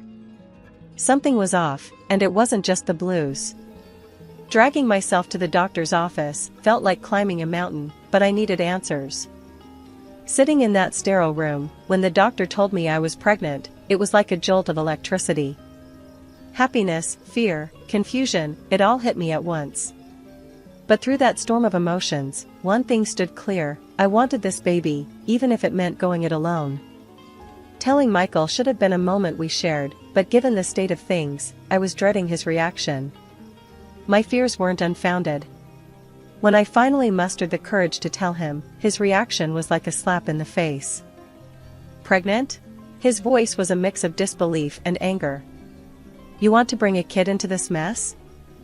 I stood my ground, holding on to the newfound resolve that came with the thought of being a mother. Yes, I do. And I'll raise this child with or without you. Michael laughed, a harsh sound that echoed off the walls. Without me? You think you can handle this on your own?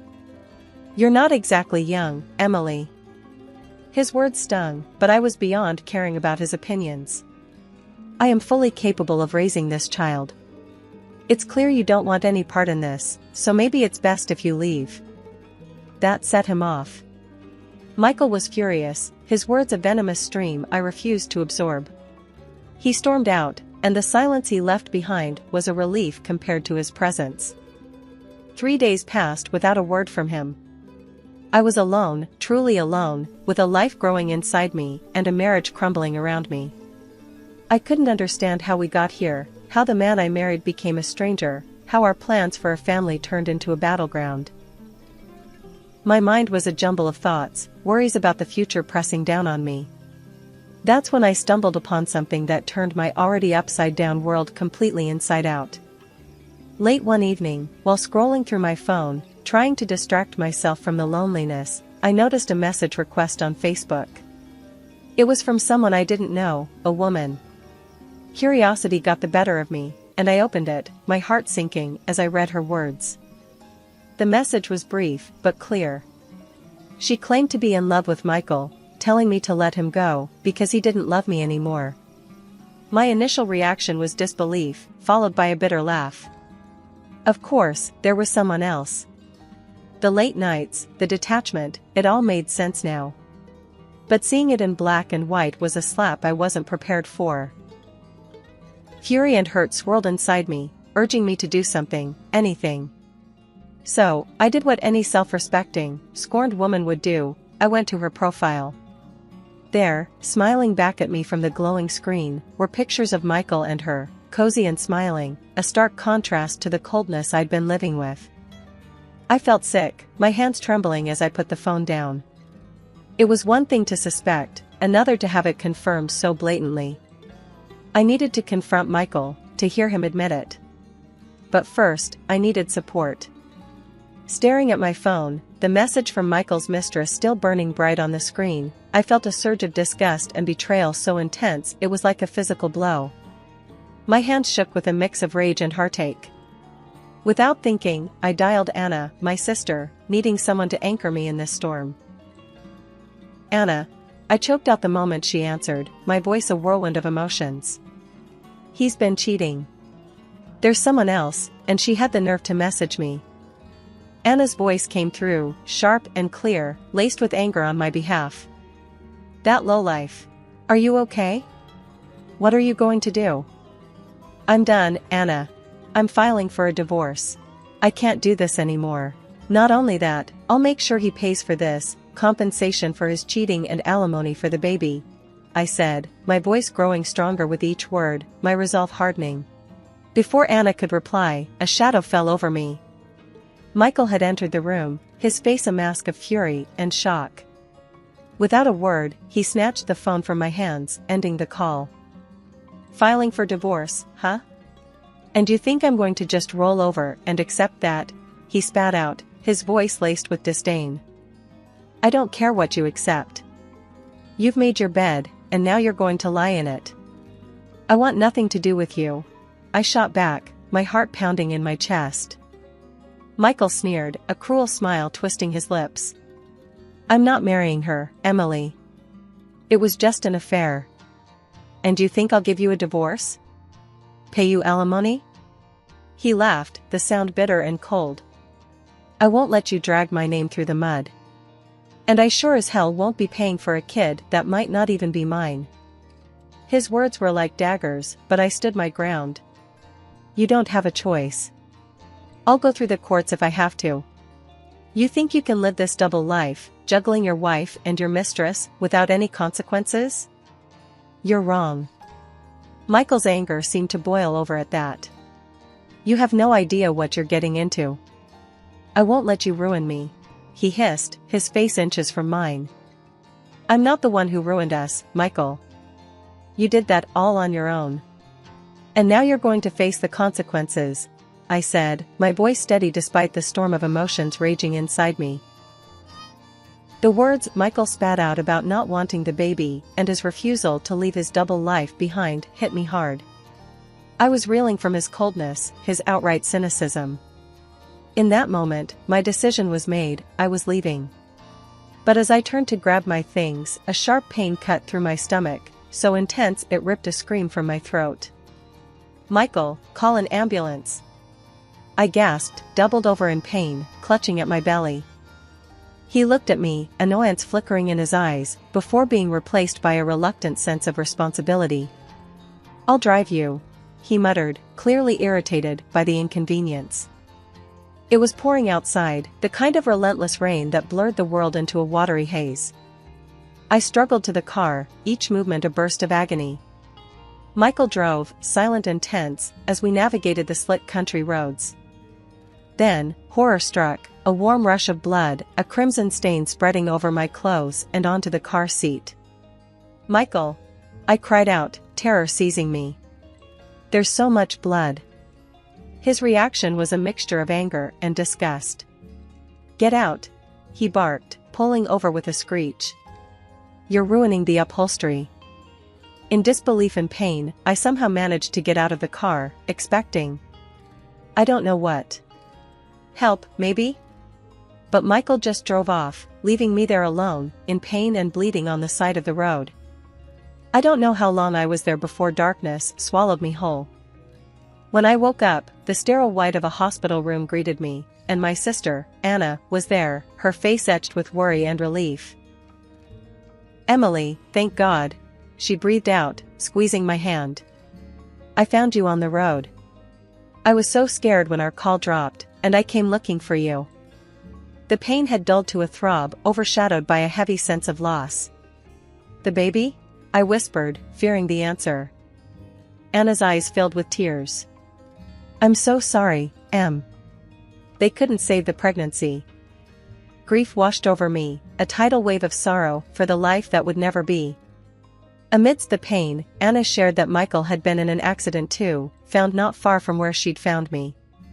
It seemed fate had a cruel sense of irony. He's here, in the hospital. It was his fault, the crash, she said quietly. It wasn't long before a police officer entered my room. He was a middle-aged man with kind eyes, introducing himself as Officer Daniels. He pulled up a chair, his demeanor gentle yet professional. Mrs. Thompson, I understand this is a difficult time for you, but I need to ask you some questions about last night. Your sister informed us of the circumstances leading up to your situation, he started, glancing at Anna before turning his attention back to me. Taking a deep breath, I nodded, signaling him to continue. Yes, I'll tell you whatever you need to know. Officer Daniels nodded, taking out a notepad. Can you tell me about the argument you had with your husband? The memories came flooding back, and I recounted the events, my voice steady, despite the pain that throbbed in my heart. We argued about our failing marriage, about his infidelity. And then, when I needed him the most, he abandoned me on the side of the road. The officer's brows furrowed as he scribbled down notes. And he was aware of your condition? That you were pregnant? Yes, he knew. I told him, and he didn't care. He left me there alone, I managed, the bitterness in my voice surprising even me. Officer Daniels's expression softened. I'm sorry you had to go through that, Mrs. Thompson. Based on your account and the preliminary investigation, we're looking into charges of neglect and endangerment against your husband. His actions led to serious consequences for you and the loss of your pregnancy. Anna squeezed my hand, her presence a silent support. The thought of Michael facing consequences for his actions was a cold comfort, but it was justice, however small. What happens now? I asked, the weight of everything crashing down on me all at once. We'll proceed with the investigation, and I'll need you to provide a formal statement when you're ready. We'll do everything we can to ensure your husband is held accountable, Officer Daniels assured me, his voice firm. As he stood to leave, he paused, looking back at me. Take care of yourself, Mrs. Thompson. We'll be in touch. After he left, the room was silent, save for the steady beep of the heart monitor. Anna was the first to break the silence. He'll get what's coming to him, Em. You're not alone in this. The days that followed were a blur of doctors, police statements, and endless hours of trying to piece together a semblance of normalcy. Michael had been charged, and the news of his actions and subsequent arrest made headlines, tarnishing the reputation he valued above all else. After everything settled, the divorce, the court cases, and Michael's downfall, I started to rebuild my life, brick by brick. The compensation and the justice served felt like a cold comfort, but it was closure. The press had a field day with Michael's story, his reputation tarnished beyond repair.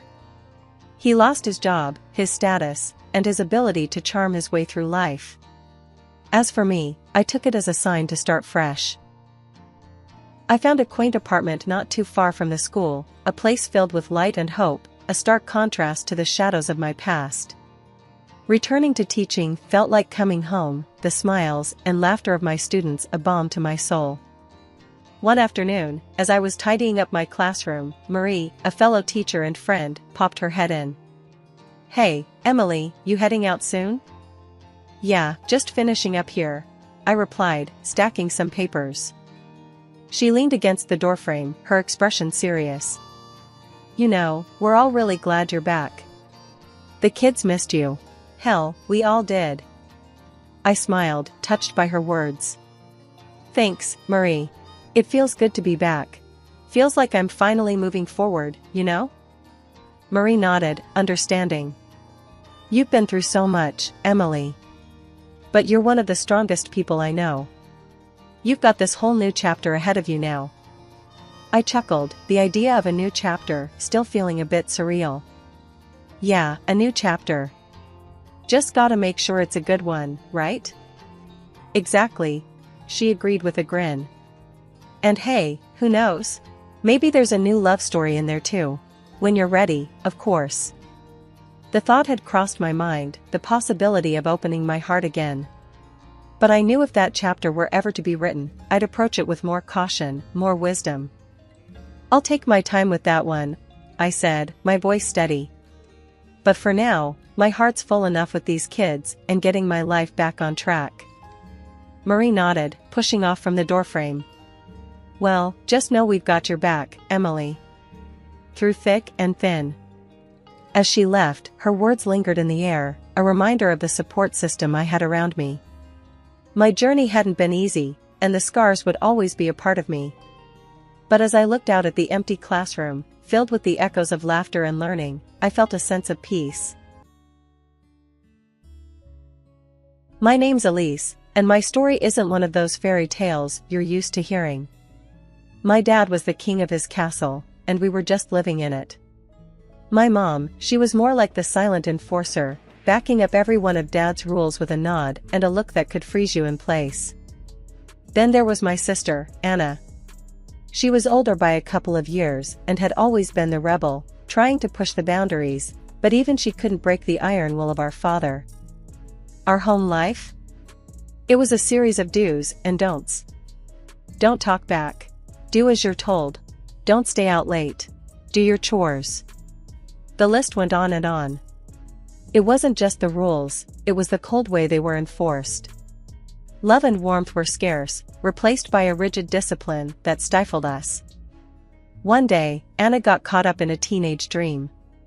She met a guy, Dave, kind-hearted and with a smile that could light up the darkest days. But he made the mistake of not fitting into Dad's view of suitable. I remember the day she brought him over, all nervous and hopeful. The air was thick with tension. Dad took one look at him and the sparks flew. "What do you think you're doing, bringing nobody into my house?" he barked, voice booming like thunder. Anna's eyes were wide, tears brimming, but she didn't dare let them fall. She knew better than to challenge Dad openly. "Dad, please, he's a good person," she whispered, barely audible. "Good? Good doesn't pay the bills. Get him out of my sight," he spat, turning his back on them both. That night, Anna cried in silence, her dreams shattered. She didn't dare disobey Dad, and that was the end of her and Dave. It was a lesson in our harsh reality. Love wasn't about feelings, it was about fitting into the strict mold Dad had set. As for me, I watched and learned. I knew better than to get caught in the crossfire. I kept my head down, followed the rules, and counted down the days until I could escape. The day I left for college felt like my first breath of fresh air in years. The day I left for college felt like I was finally taking a sledgehammer to the chains that had bound me my whole life. My bags were packed, and I was ready to bolt out the door, but not without one last showdown with the warden, my dad. "Elise, you think you're ready for the big world out there?" Dad's voice was like gravel, tough and unyielding. He stood in the doorway, a towering figure that I was about to leave behind. "I'm more than ready, Dad. I've been ready," I shot back, my voice stronger than I felt. Inside, my stomach was doing flips, but there was no way I'd let him see that. Mom was in the background, wringing her hands, the eternal peacemaker. "Be safe, dear. Remember to call us, every day," she said, her voice trailing off as if she already knew the impossibility of her request. College was a blur of new experiences, late nights, and the kind of freedom that was intoxicating. I made friends, actual friends, who liked me for me, not because of some unspoken family obligation. One night, in our cramped little dorm, my roommate, Jess, and I were sprawled out on our beds, talking about everything and nothing at the same time. "So, Elise, you ever gonna call your folks? You've been here a month, and I haven't seen you pick up the phone once," Jess asked, her tone casual, but probing. I sighed, staring at the ceiling as if it held the answers. "I talk to my mom now and then. But every call feels like a leash tightening around my neck. It's always, 'Are you eating well? Are you studying hard? Remember who you are.'" Jess laughed, a light, easy sound. "Sounds like my mom, but on steroids. They're just worried about you, you know? It's a big world out here." The college life was turning into everything I hoped it'd be, a stark contrast to the suffocating grip of my parents' house. I was finally feeling the weight lift off my shoulders, getting used to the idea of living on my own terms. Then, out of nowhere, my bubble burst when my mom decided to drop a surprise visit. I was in the middle of a laugh with Jess when there was a knock on our door. The last person I expected to see on the other side was my mother, standing there with a look that could sour milk. "Elise, what is this place? It's so small," she said, her nose wrinkling as she stepped inside, eyeing Jess like she was some sort of street urchin. Jess, ever the brave soul, extended her hand. "Hi, Mrs. Martin, I'm Jess. Elise's roommate." Mom looked at Jess's hand like it was covered in dirt, but shook it anyway. "Jess, is it? Elise, can I have a word with you, in private?" The way she said "in private" made it sound like we were about to discuss state secrets, instead of whatever she had on her mind. Once we were alone, she wasted no time. "Elise, that girl, she's not the right sort of friend for you. She's vulgar," she hissed, her voice laced with disdain. I felt my cheeks burning, a mix of anger and embarrassment stewing inside me. "Mom, Jess is a great person. She's been nothing but kind to me." Ignoring me, Mom began rifling through my closet, her hands moving from one piece of clothing to another with a speed born of disapproval. "And these clothes? They're far too revealing. What on earth are you thinking, wearing things like this?" Each word felt like a slap, stripping away the independence I'd started to build.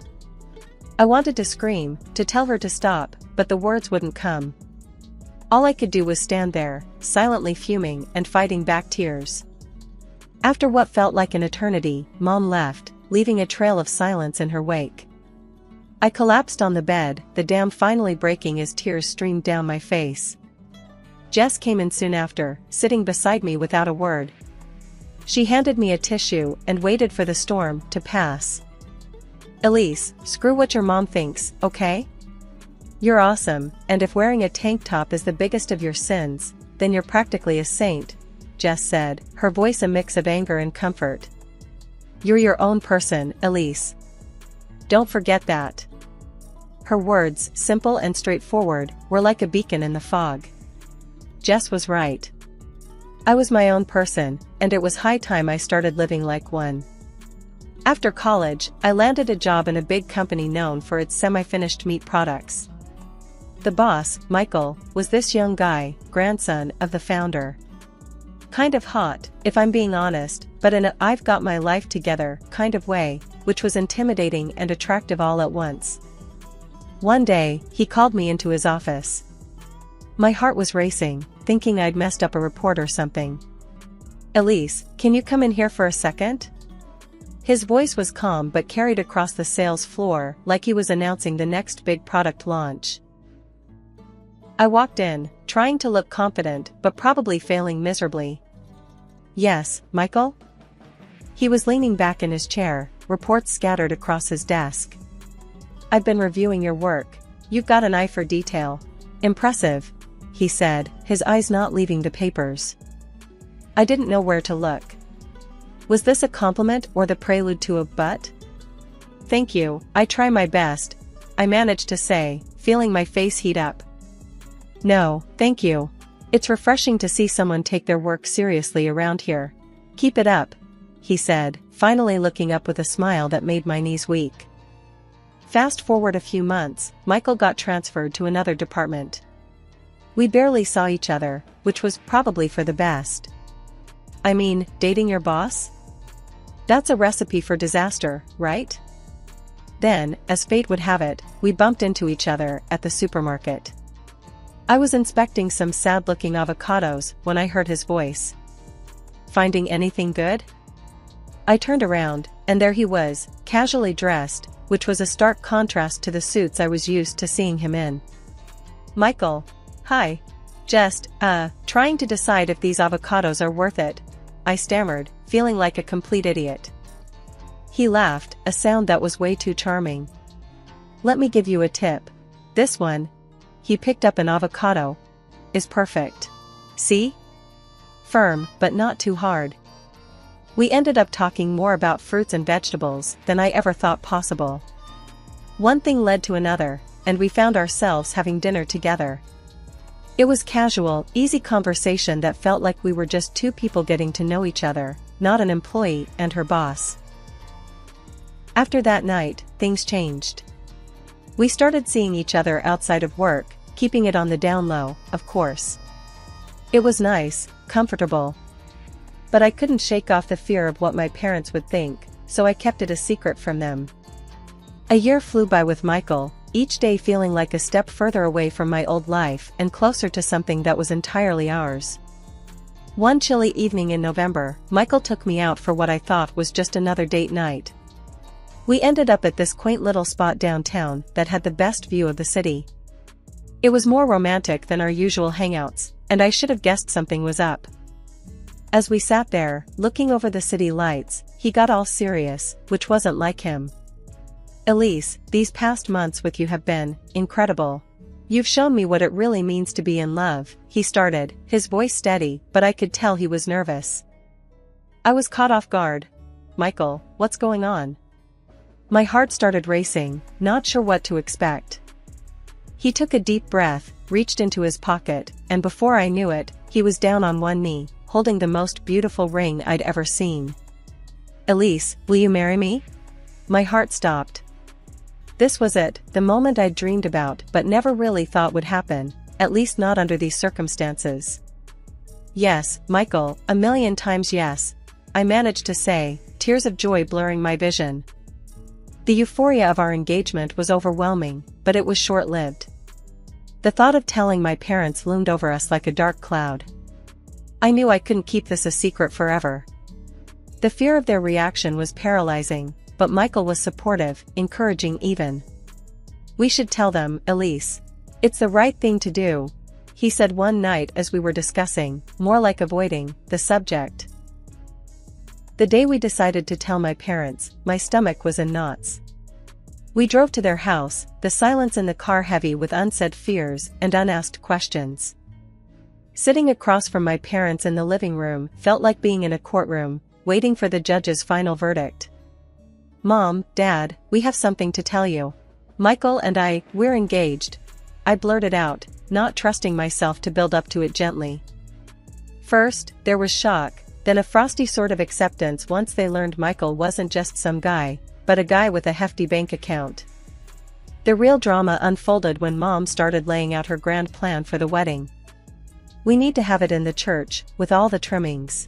It'll be magnificent," she said, her eyes already picturing the event. I could feel my dream of a simple, intimate wedding slipping through my fingers. Mom, Michael and I were thinking something low-key. Just sign the papers and have a small party. That's it, I said, hoping to steer her away from her grand designs. Her reaction was as if I'd suggested we get married in a fast food joint. Unacceptable. A girl's wedding day is her most special day. I'll take care of everything. Don't you worry, she said, dismissing my wishes with a wave of her hand. I felt my temper flare. But it's our wedding, shouldn't we get to decide how we want it? I protested, but Dad cut me off mid-sentence.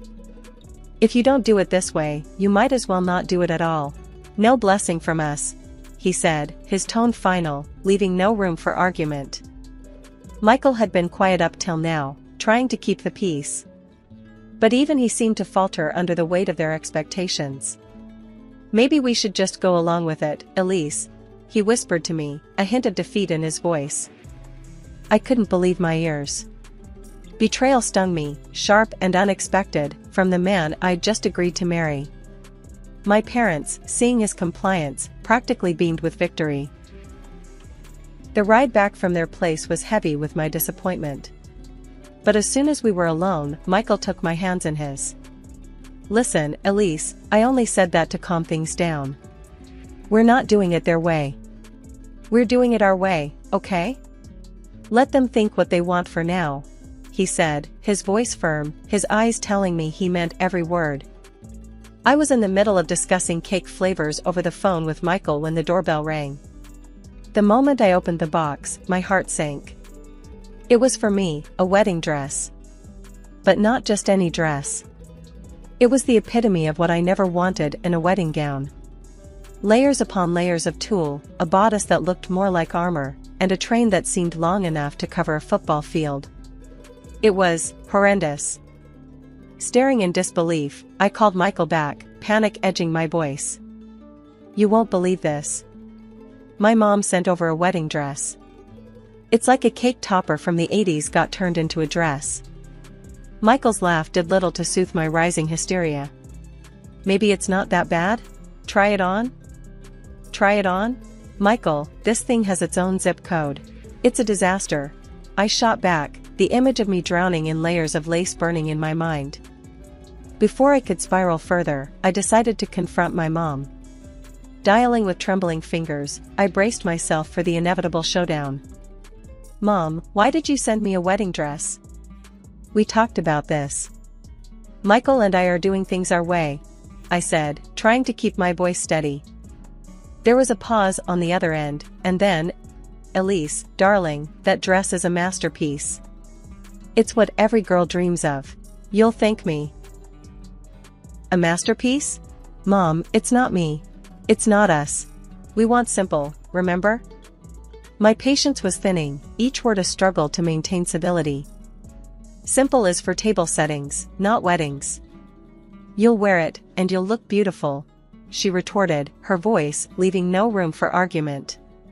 Elise, listen to me. Your father and I have already taken care of everything. The hall is booked, and plans are set. You're going to have the wedding every girl dreams of. Her words hit me like a ton of bricks. What do you mean, everything's set? Michael and I haven't agreed to any of this. I could feel my voice rising, a mix of anger and disbelief swirling inside me. It's done, Elise. We've even sent out the guest list. It's going to be a beautiful event, she said, her tone final, cutting off any avenue for protest. I hung up, feeling defeated and betrayed. It felt like I was being steamrolled into someone else's version of my wedding. When I relayed the conversation to Michael, his face fell. Yeah, your mom called me. She insisted I cover half of the budget she's drawn up. Sent me the bill, the hall address, and some wedding design proposal, he admitted, looking like he'd swallowed something sour. And the guest list, she sent that to you too? I asked, dreading the answer. Michael nodded. Yeah, it's packed with people I've never met. And I didn't see any of your relatives on it. Your mom mentioned something about keeping it exclusive. The realization that my parents were orchestrating a wedding that catered to their social circle, sidelining our wishes, and even my own family, was too much. Tears streamed down my face as the enormity of their manipulation sank in. Seeing me crumble, Michael wrapped his arms around me. Hey, we're not going to let this happen. We'll have our wedding, our way. Just us, our friends, and whoever we want. No dictates, no lists. Let's do it secretly, the way we want. I needed an ally, someone who could understand the madness of defying our parents on such a grand scale. Naturally, my thoughts turned to Anna, my sister, the one person who'd always understood the weight of our parents' expectations. So, I called her up, heart pounding with a mix of excitement and fear. Anna, I need you to be super chill about what I'm about to tell you. Michael and we're planning a do-over. A real wedding that's all about us, no parental strings attached. I spilled, the words tumbling out in a rush. Her response was immediate, a mix of shock and awe. Holy smokes, Elise. That's huge. I'm in. What do you need from me? Relief washed over me. We're thinking something simple, outdoors. Just love, laughter, and the people who really matter. No drama, no spectacle. Can you help keep the lid on this? It's top secret. Consider it locked down. I'm so proud of you, Elise. It's about time you took your life back from them, Anna said, her voice brimming with excitement and a touch of mischief. With Anna's help, we started planning in earnest. Invitations went out, with a clear, almost spy-like message. This is a covert operation. Do not, under any circumstances, let the rents know. Our friends and family were in. The buzz of excitement was palpable, a shared secret that bound us all together in a way I'd never experienced before. Then came the call from Aunt Clara, a relative I hadn't expected to hear from. Elise, darling, I got your invitation. Your mother hasn't stopped going on about some lavish affair, but I knew something was up. You're doing the right thing, love. Don't worry, my lips are sealed. Heaven knows she didn't want me at her version of your wedding anyway. Said I didn't fit the guest list aesthetic. Her words, so full of support and understanding, bolstered my resolve. This was more than a wedding, it was a statement, a reclaiming of our choices, our voices. The week leading up to the official wedding, my parents' version, was a masterclass in acting. Michael and I went through the motions, nodding along to plans, tasting cakes that tasted like cardboard, and smiling through gritted teeth. It was a performance worthy of an award, but our eyes were on the prize. Then, on a day not our wedding, as not our guests gathered at some impersonal hall, Michael and I were boarding a plane to Bali, our hearts light, free from the weight of expectations. Bali was everything we wanted, intimate, breathtakingly beautiful, and so us. We exchanged vows near a waterfall, the sound of rushing water a perfect backdrop to our promises of forever. After our secret wedding in Bali, the reality of facing the fallout with my parents was a cloud hanging over our return. I knew the storm was brewing, it was only a matter of time before it broke. The first call came from Anna, who was both excited and nervous for us. You guys back yet? The hurricane's about to hit land here, she said, her voice a mix of amusement and concern. Yeah, we just landed. How bad is it? I braced myself for the impact, clutching the phone like a lifeline. Mom and Dad are on the warpath. They found out about Bali when they tried calling you to berate you for being late to your own wedding. When they realized where you were, all hell broke loose, Anna explained, the words tumbling out in a hurried whisper. Dialing my parents' number felt like the longest few seconds of my life.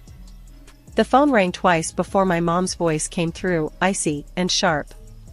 Elise, where do you think you've been? Do you have any idea of the embarrassment you've caused us? Mom, I'm sorry you feel embarrassed, but this was about what Michael and I wanted. We needed our wedding to be true to us, not a spectacle, I said, my voice steadier than I felt. Dad thinks we should cut you off, you know. After this stunt, maybe he's right, she added, the threat hanging in the air like a guillotine. The anger in her words was palpable, but so was the conviction in my response. If that's what you think is best, then so be it. But Michael and I made a choice for our happiness. I wish you could be happy for us. The line went dead, her silence a clear indication of the breach that had formed between us. The aftermath was a mix of relief and sorrow. Relief that Michael and I had followed our hearts, but sorrow for the rift that now lay between my family and me. As the day of our real celebration drew closer, a gnawing worry kept me up at night, the fear of my parents crashing the party, hell-bent on making a scene. Michael, ever the rock, saw the turmoil I was in and came up with a solution. Let's get some security. Keep the drama at the gate. This day's about us, not them, he said, his decision firm, leaving no room for argument.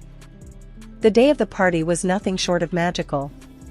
We chose a minimalist outdoor style for the celebration, with simple, elegant decorations that complemented the natural beauty around us.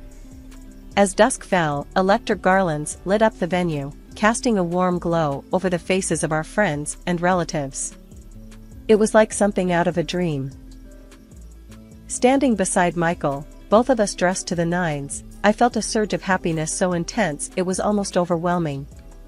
Our guests came up to us, one by one, showering us with congratulations and warm wishes. Anna was beaming, her happiness for us clear as day, while Aunt Clara, bless her heart, kept me in a tight hug before pulling me into every dance. The night was perfect, a true celebration of our love and the life we were building together. But then, the inevitable happened. Word got to me through one of the security guys that my parents had shown up, determined to force their way in. My heart sank. I had hoped it wouldn't come to this. Michael squeezed my hand, a silent vow that we'd face this together. I approached the entrance, where my parents stood, arguing with the security. This is my daughter's wedding. You can't keep me out, my dad bellowed, his face red with anger. Please, you need to leave. You weren't invited. I made it clear, no drama today, I said, my voice steady though my heart was racing. My mom tried to push past the security, her eyes blazing. You can't do this to us. We're your parents. But the security held firm, a gentle but unyielding barrier between us and them. I don't want to have to call the police, but I will if I have to. Please, just go, I said, the finality in my voice surprising even me. The rest of the evening passed in a blur of joy and celebration. Every dance, every laugh, every shared look with Michael reaffirmed my belief that we had made the right choice. We were happy, truly happy, surrounded by the people who mattered most. Back then, I was just a girl with a pair of scissors and a dream, working in a no-name salon on the edge of town. My life was as ordinary as they come, filled with small talk, hair dye, and the buzz of hair clippers. Then, he walked in, a regular Joe needing a trim, but that haircut was about to change everything. Hey, got time for a walk-in? He asked, poking his head around the door, casual, like he was just in the neighborhood. I glanced up, meeting his gaze for the first time. Sure thing, take a seat. I motioned to the empty barber chair. He sauntered over, all easy confidence, and plopped down. I'm Tom. he said, throwing me a grin that felt like it could melt the hardest of hearts. Lydia, I replied, trying to sound cool and professional as I draped the cape over him. So, what are we doing today? Just a trim, or are you looking to shake things up? Just a trim, he chuckled, his eyes meeting mine in the mirror. Don't think I'm ready to shake up anything just yet. As I started cutting, we fell into easy conversation. Turns out, we both had a thing for old rock bands and crappy horror movies. Who would have thought, right? He had this way of talking, like he genuinely cared about what I thought. It was refreshing, made me laugh more than I had in a long time. You know, you're the first hairdresser I've met who knows more about Zombie Island Massacre than I do, he joked, as I snipped away. I scoffed, playfully nudging his shoulder. Please, that movie's a classic. Besides, it's not often I get a client who appreciates fine cinema.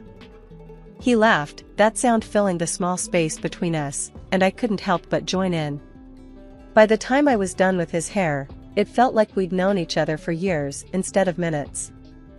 There, all set, I said, brushing off the last few hairs from his neck. What do you think? He studied his reflection, running a hand through his freshly cut hair, then flashed me another one of those killer smiles. Looks great, Lydia. You've got magic hands. I felt a blush creep up my neck. Thanks, Tom. That'll be $15.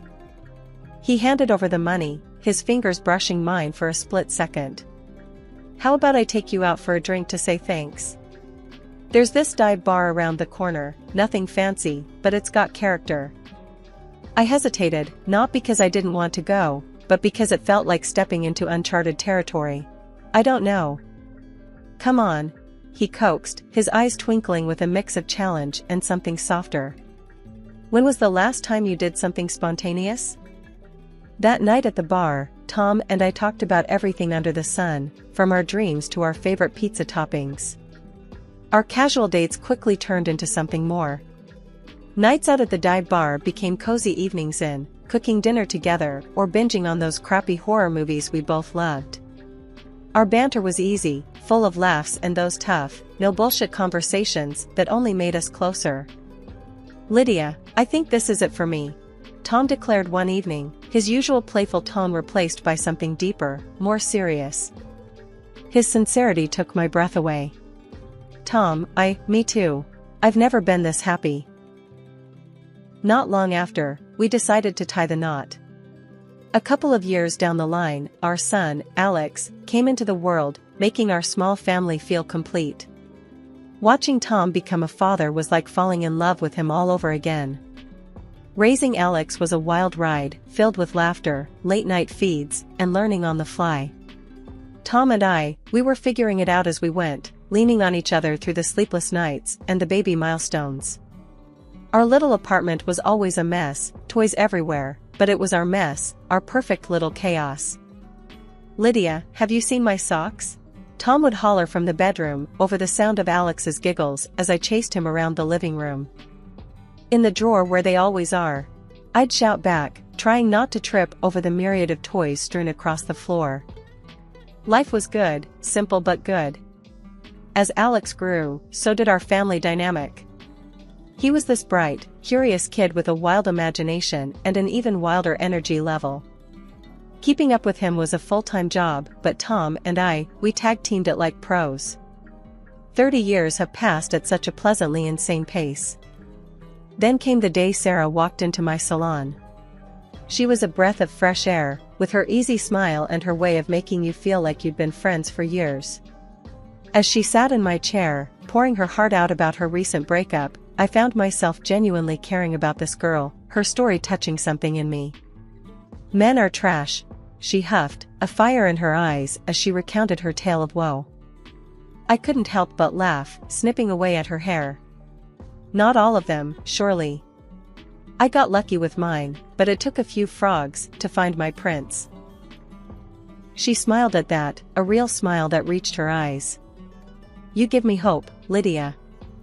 It was during one of these sessions that Alex decided to drop by, something about needing to borrow money for God knows what. The moment he and Sarah met, it was like watching a live spark. They hit it off instantly, their chemistry undeniable. "Mom, Sarah's cool, where'd you find her?" Alex asked later, trying to sound nonchalant but failing miserably. "In my chair, where else?" I teased, knowing full well what was brewing between those two. Sure enough, they started dating, and it wasn't long before they were inseparable. Watching them together, it was like witnessing a whole new chapter beginning, not just for them, but for our family too.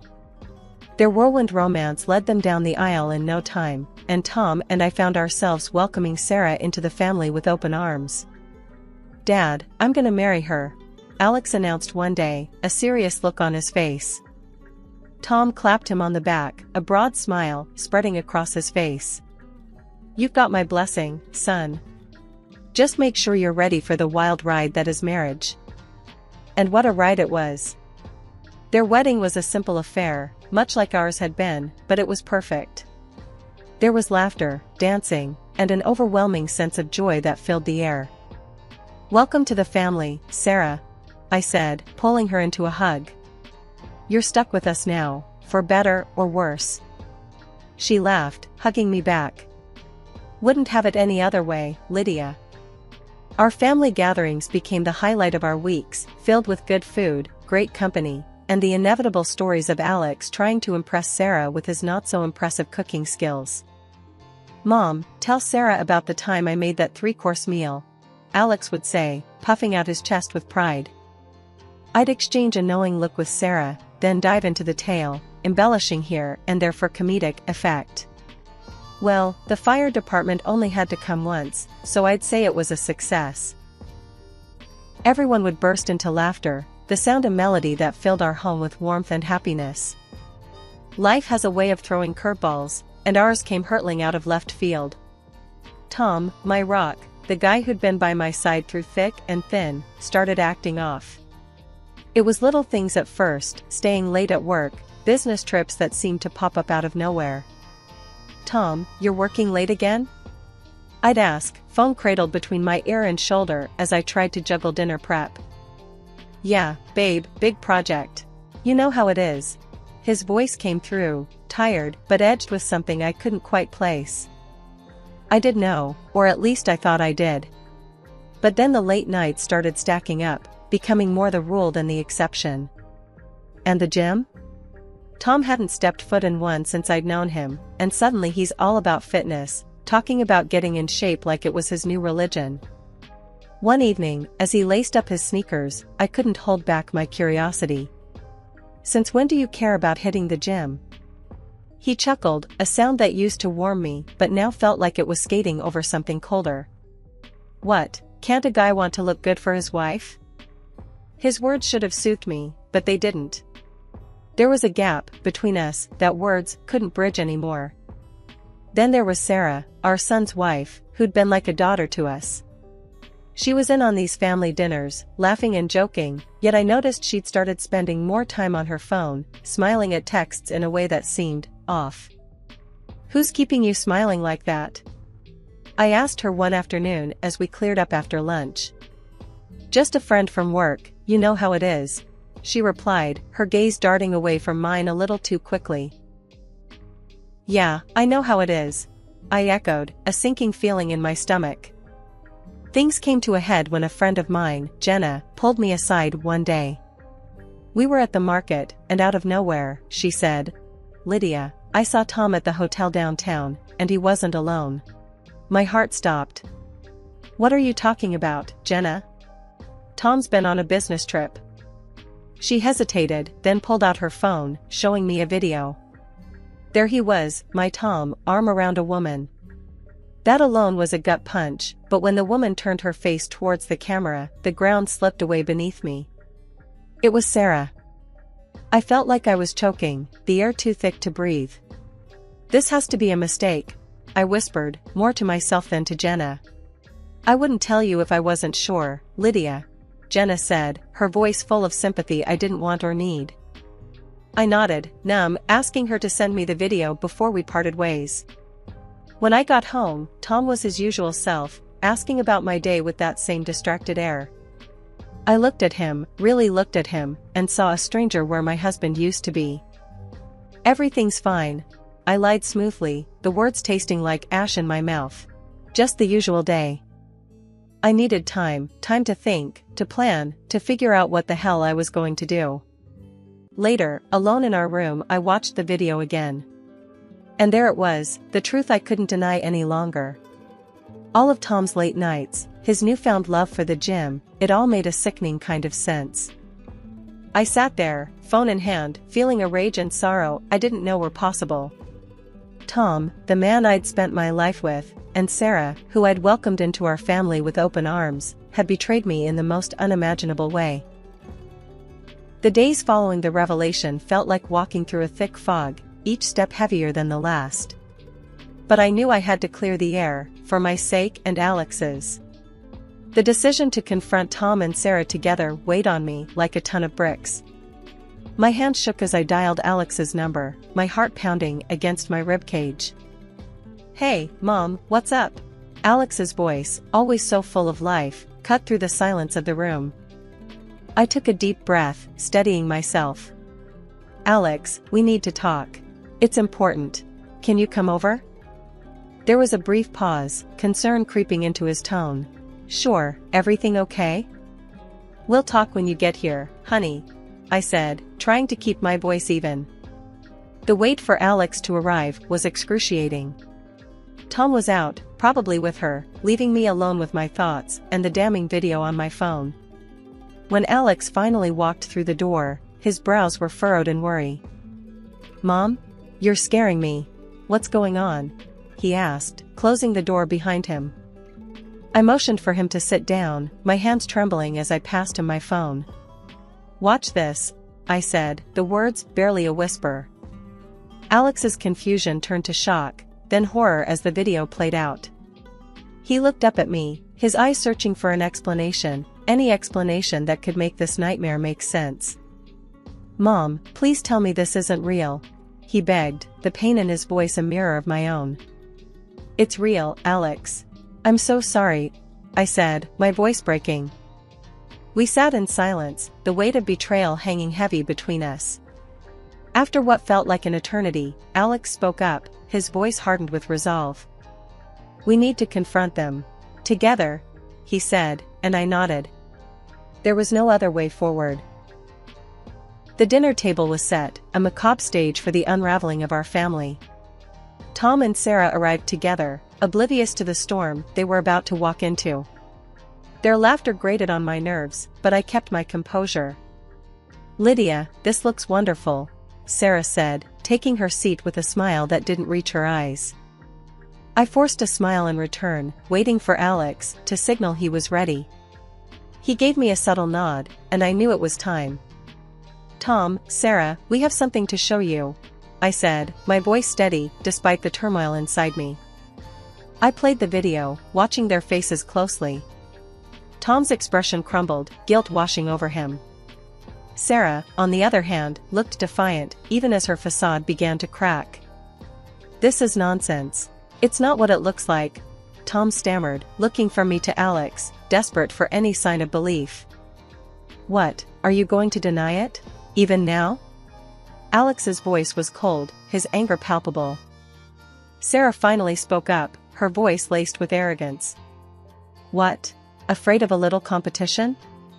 The room went silent, the audacity of her words hanging in the air. Tom looked defeated, the reality of his actions finally dawning on him. "Competition? Is that what I am to you?" I asked, my heart breaking all over again. Alex stood up abruptly, his chair scraping against the floor. "I want you out of my house, now," he directed at Sarah, his voice leaving no room for argument. She scoffed, her delusion seemingly boundless. "We need housing. I'm entitled to half of this apartment and alimony." The room went silent for a moment, her words hanging in the air like a bad smell. Alex let out a harsh laugh, shaking his head. "The apartment's mine, bought before we were married. You've got no claim to it, and forget about alimony after what you did." The showdown with Sarah was brutal, but clear-cut. She stormed out, her threats echoing hollowly behind her. But then, Tom turned to me, his expression shifting from guilt to something harder, colder. "We need to talk about our property," he said, the words heavy between us. "It needs to be divided. Our home, our life together for 30 years, reduced to mere assets, to be split." The pain of his betrayal was one thing, but this cold demand was another knife twist. "So, this is it? After everything, all you care about is money?" I asked, struggling to keep my voice from breaking. "It's only fair. We built this together, so we split it," Tom replied, his voice void of the warmth I once knew. The divorce was nothing short of a soap opera, with more drama and screaming than I'd ever experienced in my life. Courtrooms aren't exactly the place for airing family secrets, but there we were, laying it all out for the judge to see. Tom had decided to throw in his lot with Sarah, his son's ex-wife, of all people. If you'd told me a couple of years ago that my life would turn into this mess, I'd have laughed in disbelief. After the judge banged that gavel for the last time, declaring us officially divorced, Sarah had the nerve to gloat. "Guess you're on your own now, huh? Kinda old to find someone decent," she sneered, thinking she'd struck a nerve. I just smiled at her, shaking my head. "Honey, if Tom's your idea of a decent man, I'm better off alone," I said, walking away with my dignity intact. Let her have Tom and all the headaches that came with him. I had bigger fish to fry. With my share of the property settlement, I bought a modest apartment in a quiet part of town. It was no palace, but it was mine, a fresh start. The rest of the money went into my dream, a beauty salon of my own.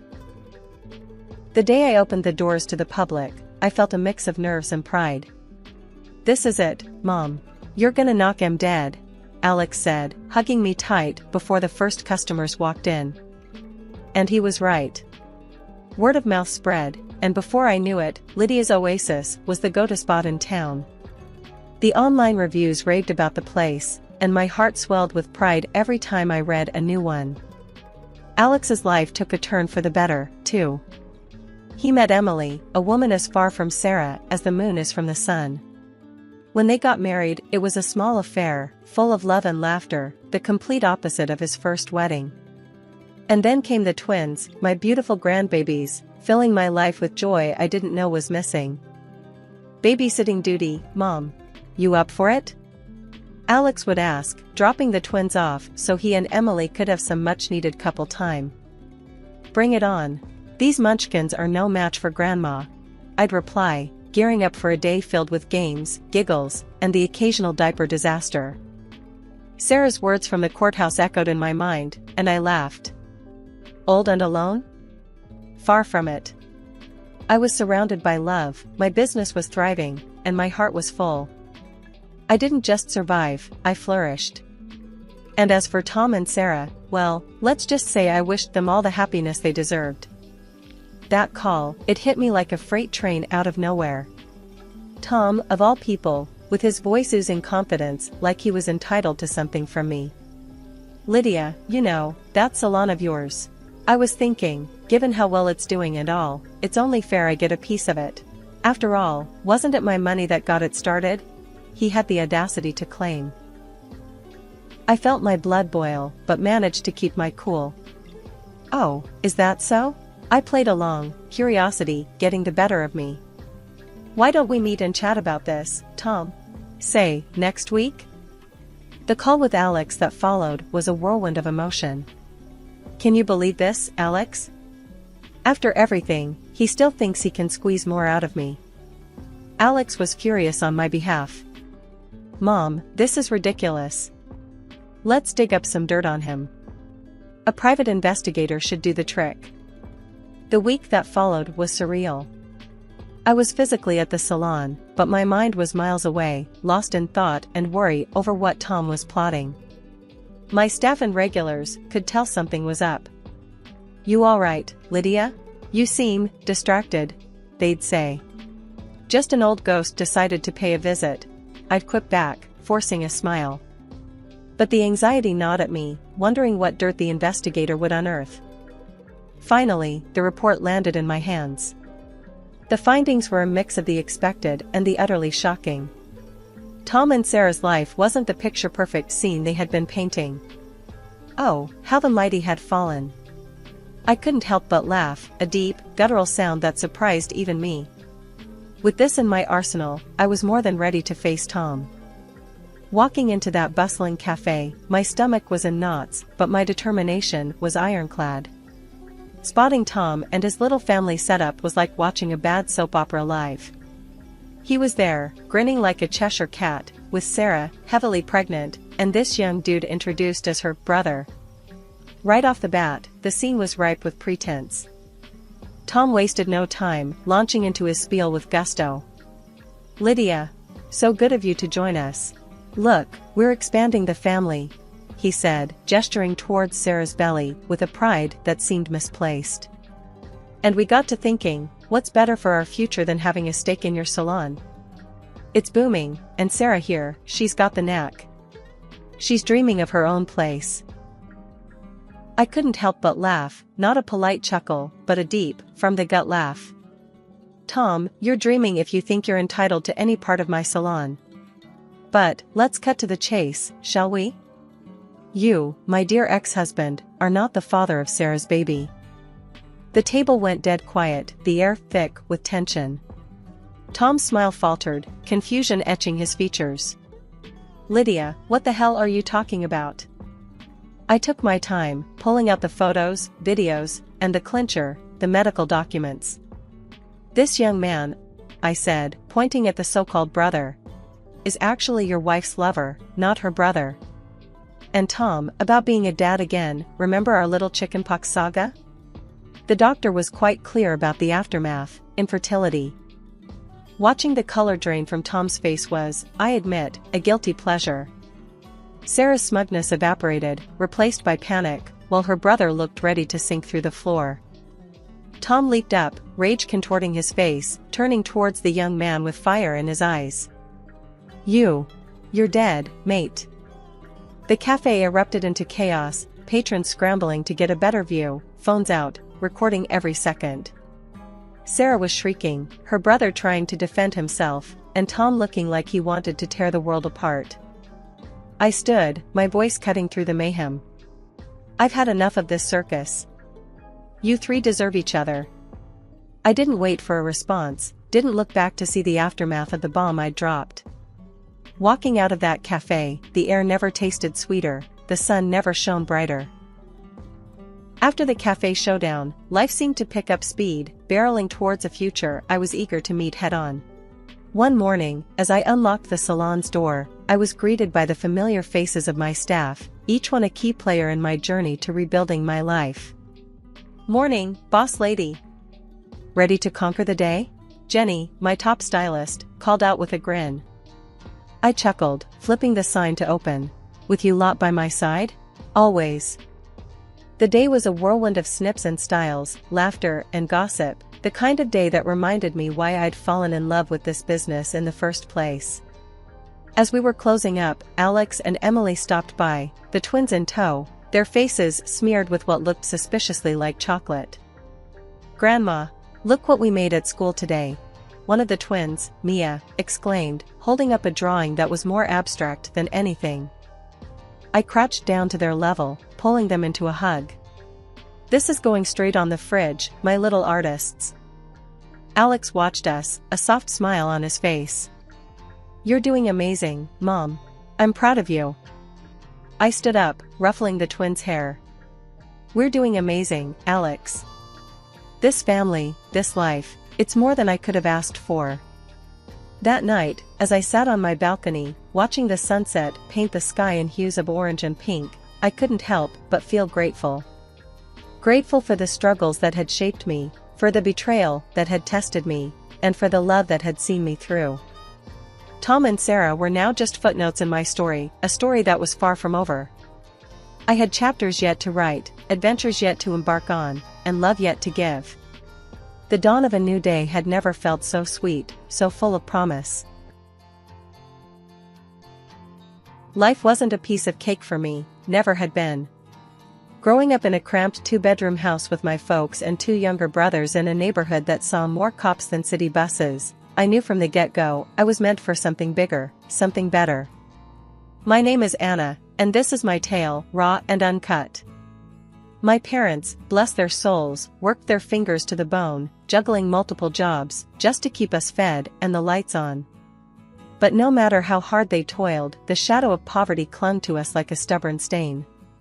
I was barely 13 when I picked up my first gig, flipping burgers at a local diner. The pay was crap, and the hours were murder, but it was money, and we were desperate. "Anna, you should be focusing on your studies, not working yourself to the ground," my dad used to say, his face etched with worry and exhaustion from his own endless shifts at the factory. "Yeah, well, dreams don't pay the bills, Dad," I'd retort, my teenage defiance in full display. I was stubborn, always had been, but behind the sass, I shared his dreams of a better life, a life where we weren't constantly choosing between paying the rent and putting food on the table. High school was a blur of classes, work, and sleepless nights spent studying or helping mom with the house. College was a far-off fantasy, something we couldn't afford to even think about. But I was determined to break the cycle of poverty that had ensnared my family for generations. When my parents passed away, it was like the ground had been ripped from under me. They were gone too soon, victims of a life spent fighting a battle they couldn't win. I was 19, suddenly the head of our little family, and more determined than ever. I doubled down on work, saving every penny, sacrificing sleep, social life, anything that wasn't essential. It was during one of my late-night shifts at the diner that I made my decision. "I'm going to college," I announced to Mike, the cook, as I wiped down the counter for the umpteenth time. Mike, a burly guy with tattoos snaking up his arms and a heart of gold, laughed, a deep, rumbling sound that filled the tiny space. "College, huh? And how you planning on paying for that, kid? With fairy dust?" "I'll figure it out," I snapped back, my jaw set. Mike's laughter didn't deter me, if anything, it steeled my resolve. I did figure it out, through grants, loans, and a hellish schedule that saw me working 3 jobs while attending classes. College was a whole new world, a place where my past didn't define me, and my future was mine to shape. I majored in business, a practical choice, fueled by my determination to never find myself trapped in the cycle of poverty again. I graduated with honors, a testament to the sleepless nights and relentless grind. Landing a job at a large company was a dream come true. I started at the bottom, a small fish in a big pond, but I wasn't about to stay there. I worked harder, stayed later, pushed myself more than I ever thought possible. My colleagues called me a workaholic, a careerist, and maybe they were right. But I had goals, ambitions that went beyond the next promotion or pay raise. My rise through the ranks was meteoric, fueled by a combination of hard work, a bit of luck, and a stubborn refusal to take no for an answer. By the time I hit 30, I was the assistant head of the company, a position that came with a nice office, a hefty paycheck, and a sense of achievement that was almost addictive. "You're never gonna find a man if you keep this up, Anna," my friend Jess teased me one evening over drinks. Jess was the opposite of me in many ways, carefree and spontaneous, with a string of failed relationships and a job she didn't take too seriously. "Who says I'm looking for one?" I shot back, rolling my eyes. The truth was, between my job and my responsibilities at home, I didn't have time for a relationship, much less the energy to deal with the drama that seemed to accompany them. The night Jess dragged me to that party changed everything. I was standing awkwardly at the edge of the room, nursing a drink I had no intention of finishing, when he walked in. Tom. Even now, just thinking about that moment sends a thrill through me. He had this easy confidence about him, a smile that lit up the room. Jess nudged me, whispering, "That's him. That's the guy I was telling you about." I rolled my eyes, ready to dismiss her matchmaking attempt, but then our eyes met, and something clicked. I'm not one for fairy tales or love at first sight nonsense, but with Tom, it was different. "Hey, you're Anna, right? Jess has told me a lot about you," he said, walking over with a grin that I found infectious. "Hope she didn't scare you off," I shot back, surprising myself with how at ease I felt around him. We hit it off immediately, delving into a conversation that ranged from the mundane to the philosophical. He was smart, funny, and didn't seem to mind my sarcastic humor. Before we knew it, the party was winding down, and we were the last two people still engrossed in conversation. "I should get your number," Tom said, a hint of shyness creeping into his voice. "I mean, if you want to continue this conversation another time." "Sure, why not?" I replied, trying to play it cool as I typed my number into his phone. He did the same with mine, and we parted ways with the promise of a future hangout. After that night, nothing was the same. Tom and I hit it off instantly, bonding over our mutual disdain for small talk and our shared ambition. He worked in tech, a sector booming with possibilities and just as demanding as mine. Our first date wasn't your typical dinner and a movie. We spent it at a 24-hour diner, talking until the sun peeked over the horizon. "You're not like other women, are you?" Tom asked, his eyes studying me over his third cup of coffee. "And what's that supposed to mean?" I retorted, raising an eyebrow. My guard was up. I had heard variations of this line before, and it usually meant trouble. "It's a compliment, Anna. You're driven, fierce. You know what you want. It's refreshing," he clarified, his tone sincere. I was taken aback, not used to receiving genuine compliments that didn't have an ulterior motive. Our relationship progressed quickly from there. Tom was different from anyone I'd ever dated.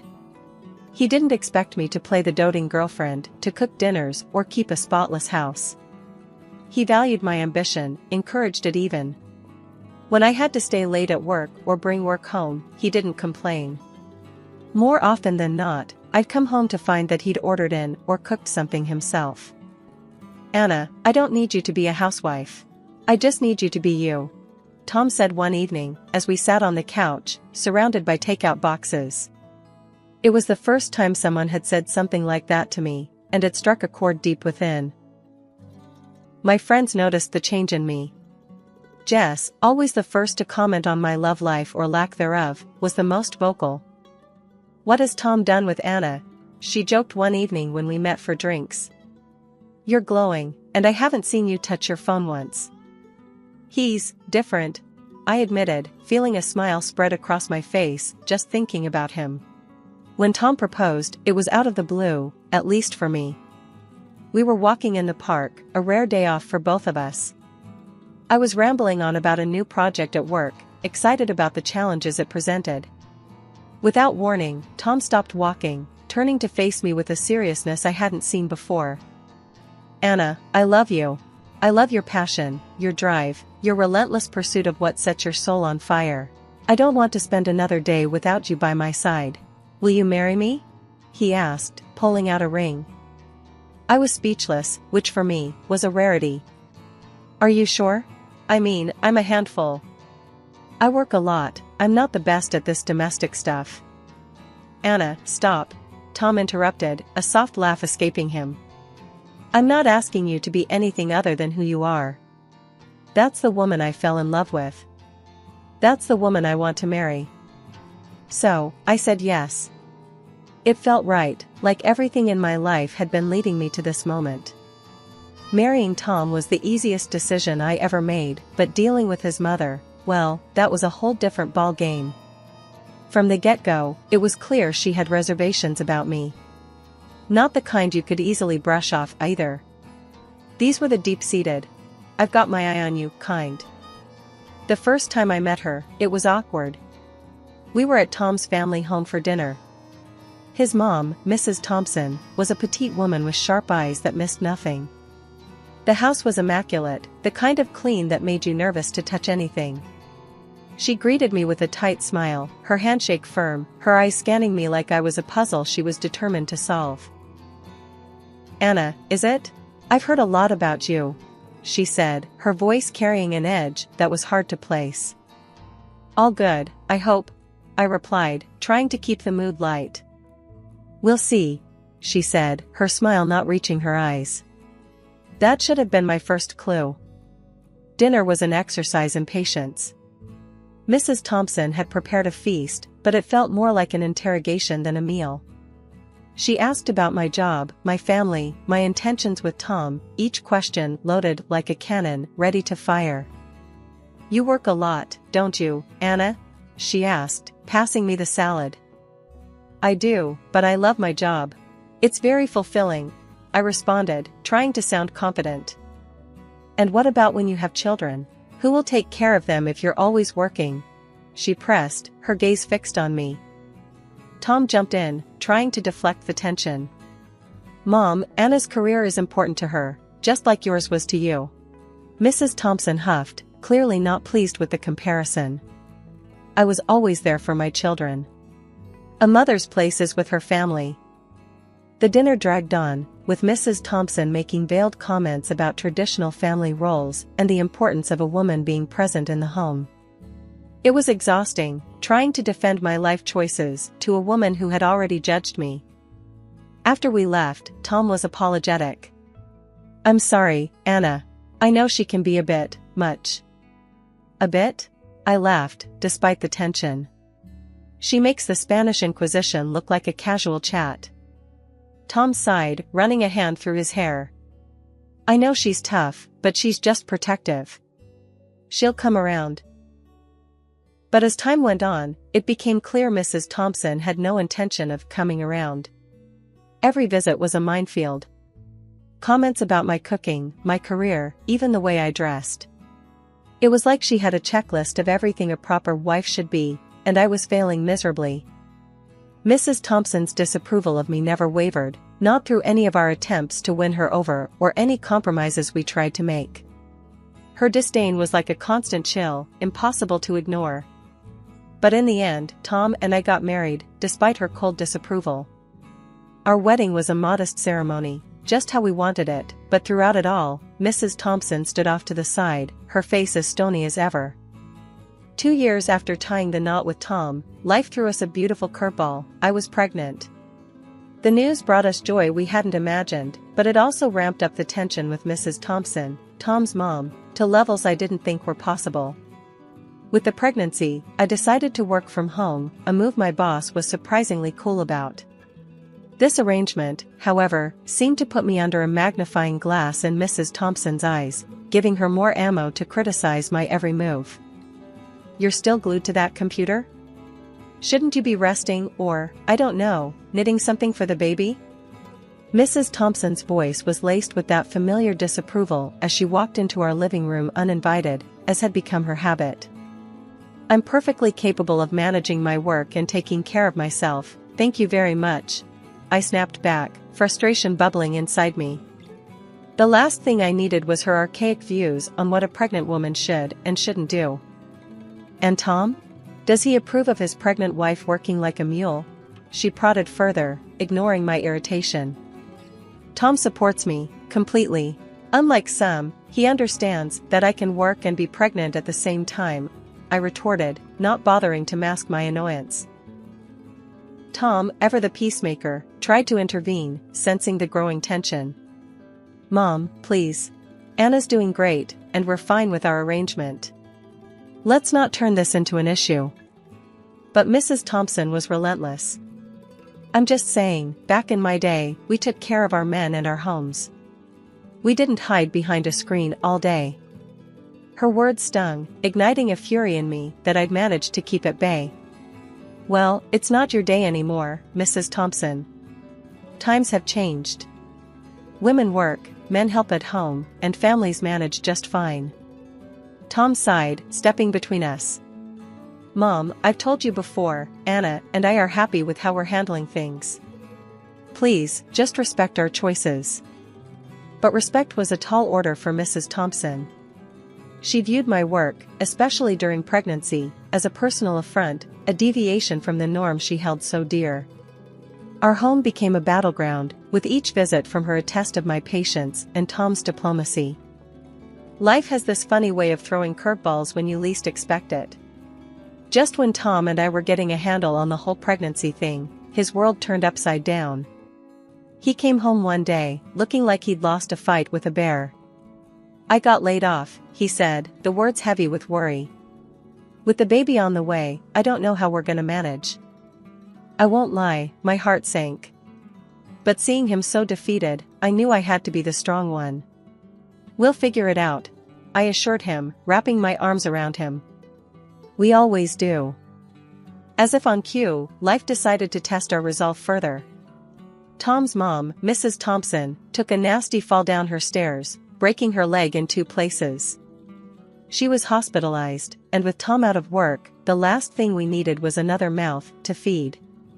But Tom, ever the dutiful son, had a plan. "Anna, I was thinking," he started, hesitantly, "maybe we could move in with my mom for a bit. It'll save us on rent, and we can look after her while she recovers." The thought of living under the same roof as Mrs. Thompson sent chills down my spine. But looking at our finances, and with a baby on the way, it made sense. "Okay," I agreed, albeit reluctantly. "But only until we get back on our feet." Mrs. Thompson's house was a fixer-upper that hadn't seen a fix in decades. The plan was to stay there, help her out, save some money, and then move into a place of our own, somewhere close to a good school, somewhere we could start fresh. However, plans are one thing, reality another. From the day Mrs. Thompson came home from the hospital, life became a living nightmare. Nothing I did was right. "You call this cooking?" She'd scoff at every meal.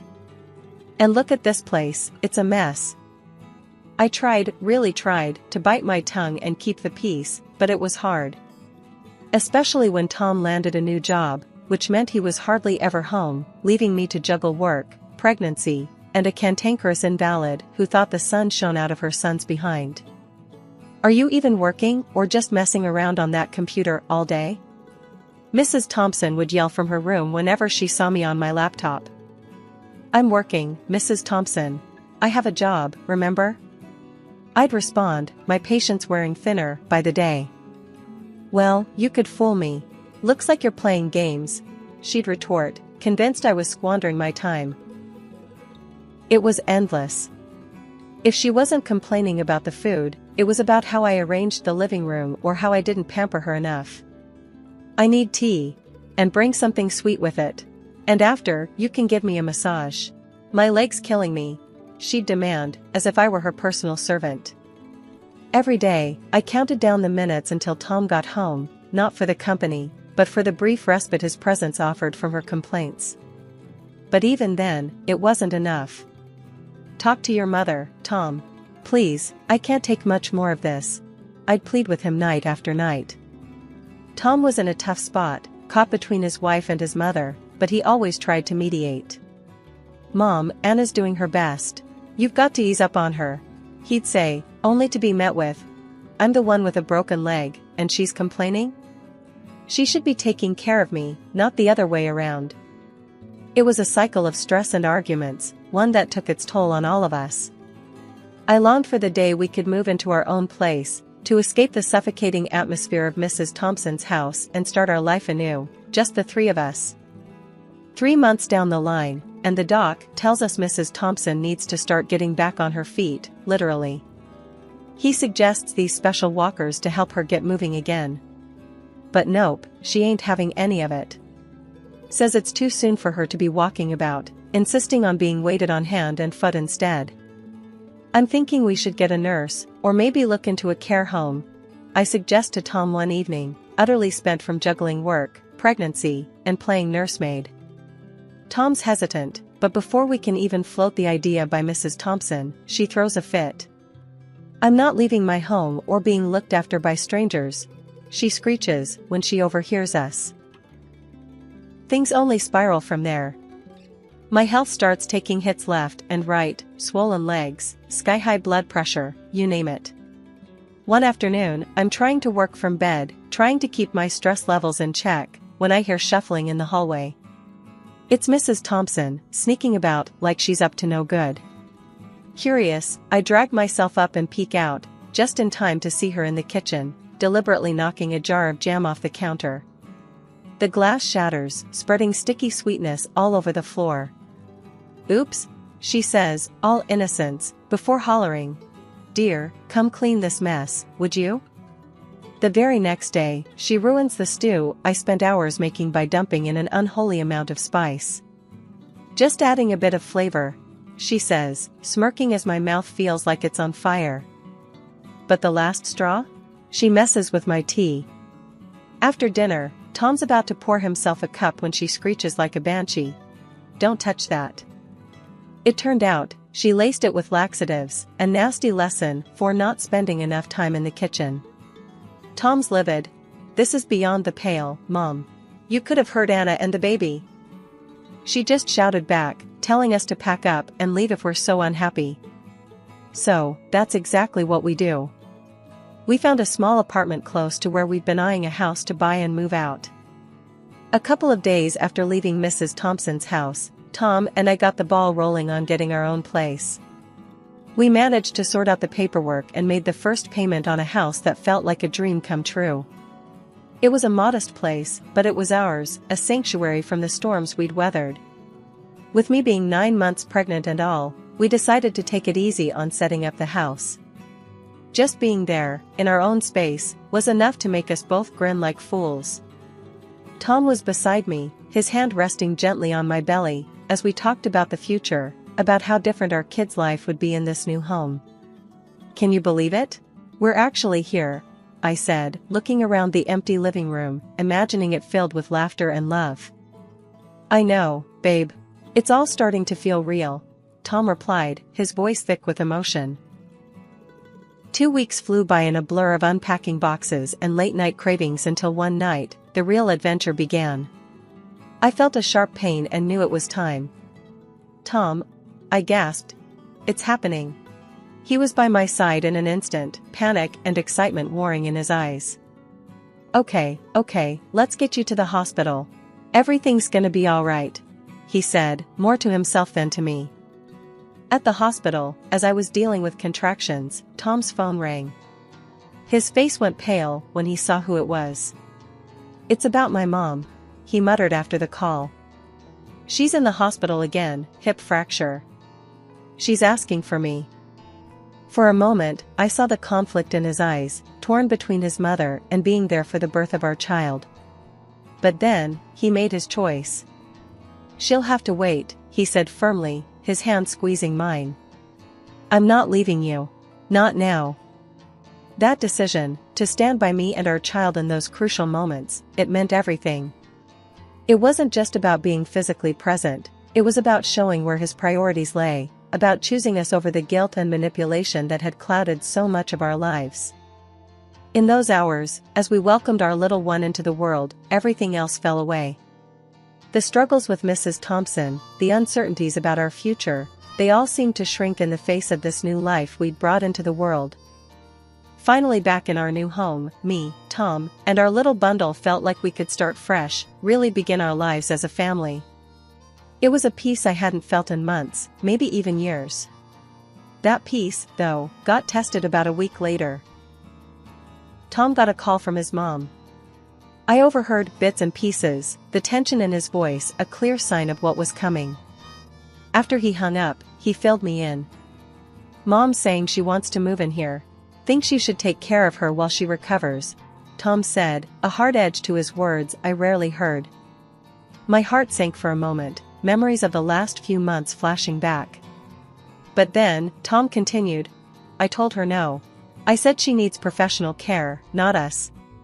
She's gotta understand we've got our own family to look after now. I was stunned, honestly. Really? You said that? I asked, half expecting him to say he was just kidding. Yeah, I did. It's about time she realized we can't keep bending over backwards. I'm choosing you and the baby, our little family, he said, determination in his eyes. His mom tried the guilt trip, crying over the phone, trying to get Tom to cave. But he stood his ground, ended the call. It was a moment that marked a turning point for us, a clear stand that our little family was our priority. Life in our new home turned into our haven. Tom, me, and our baby were building something special, untouched by the drama and stress of the past. I got back to work, juggling deadlines and diapers, but it felt manageable, with Tom by my side, supporting me every step of the way. Can you believe we're doing this? Really doing this? I asked Tom one evening, the baby asleep between us on the couch. He smiled, that warm, reassuring smile that had gotten me through the toughest times. Yeah, I can. We made it through the storm. Now, it's just us, building the life we always wanted.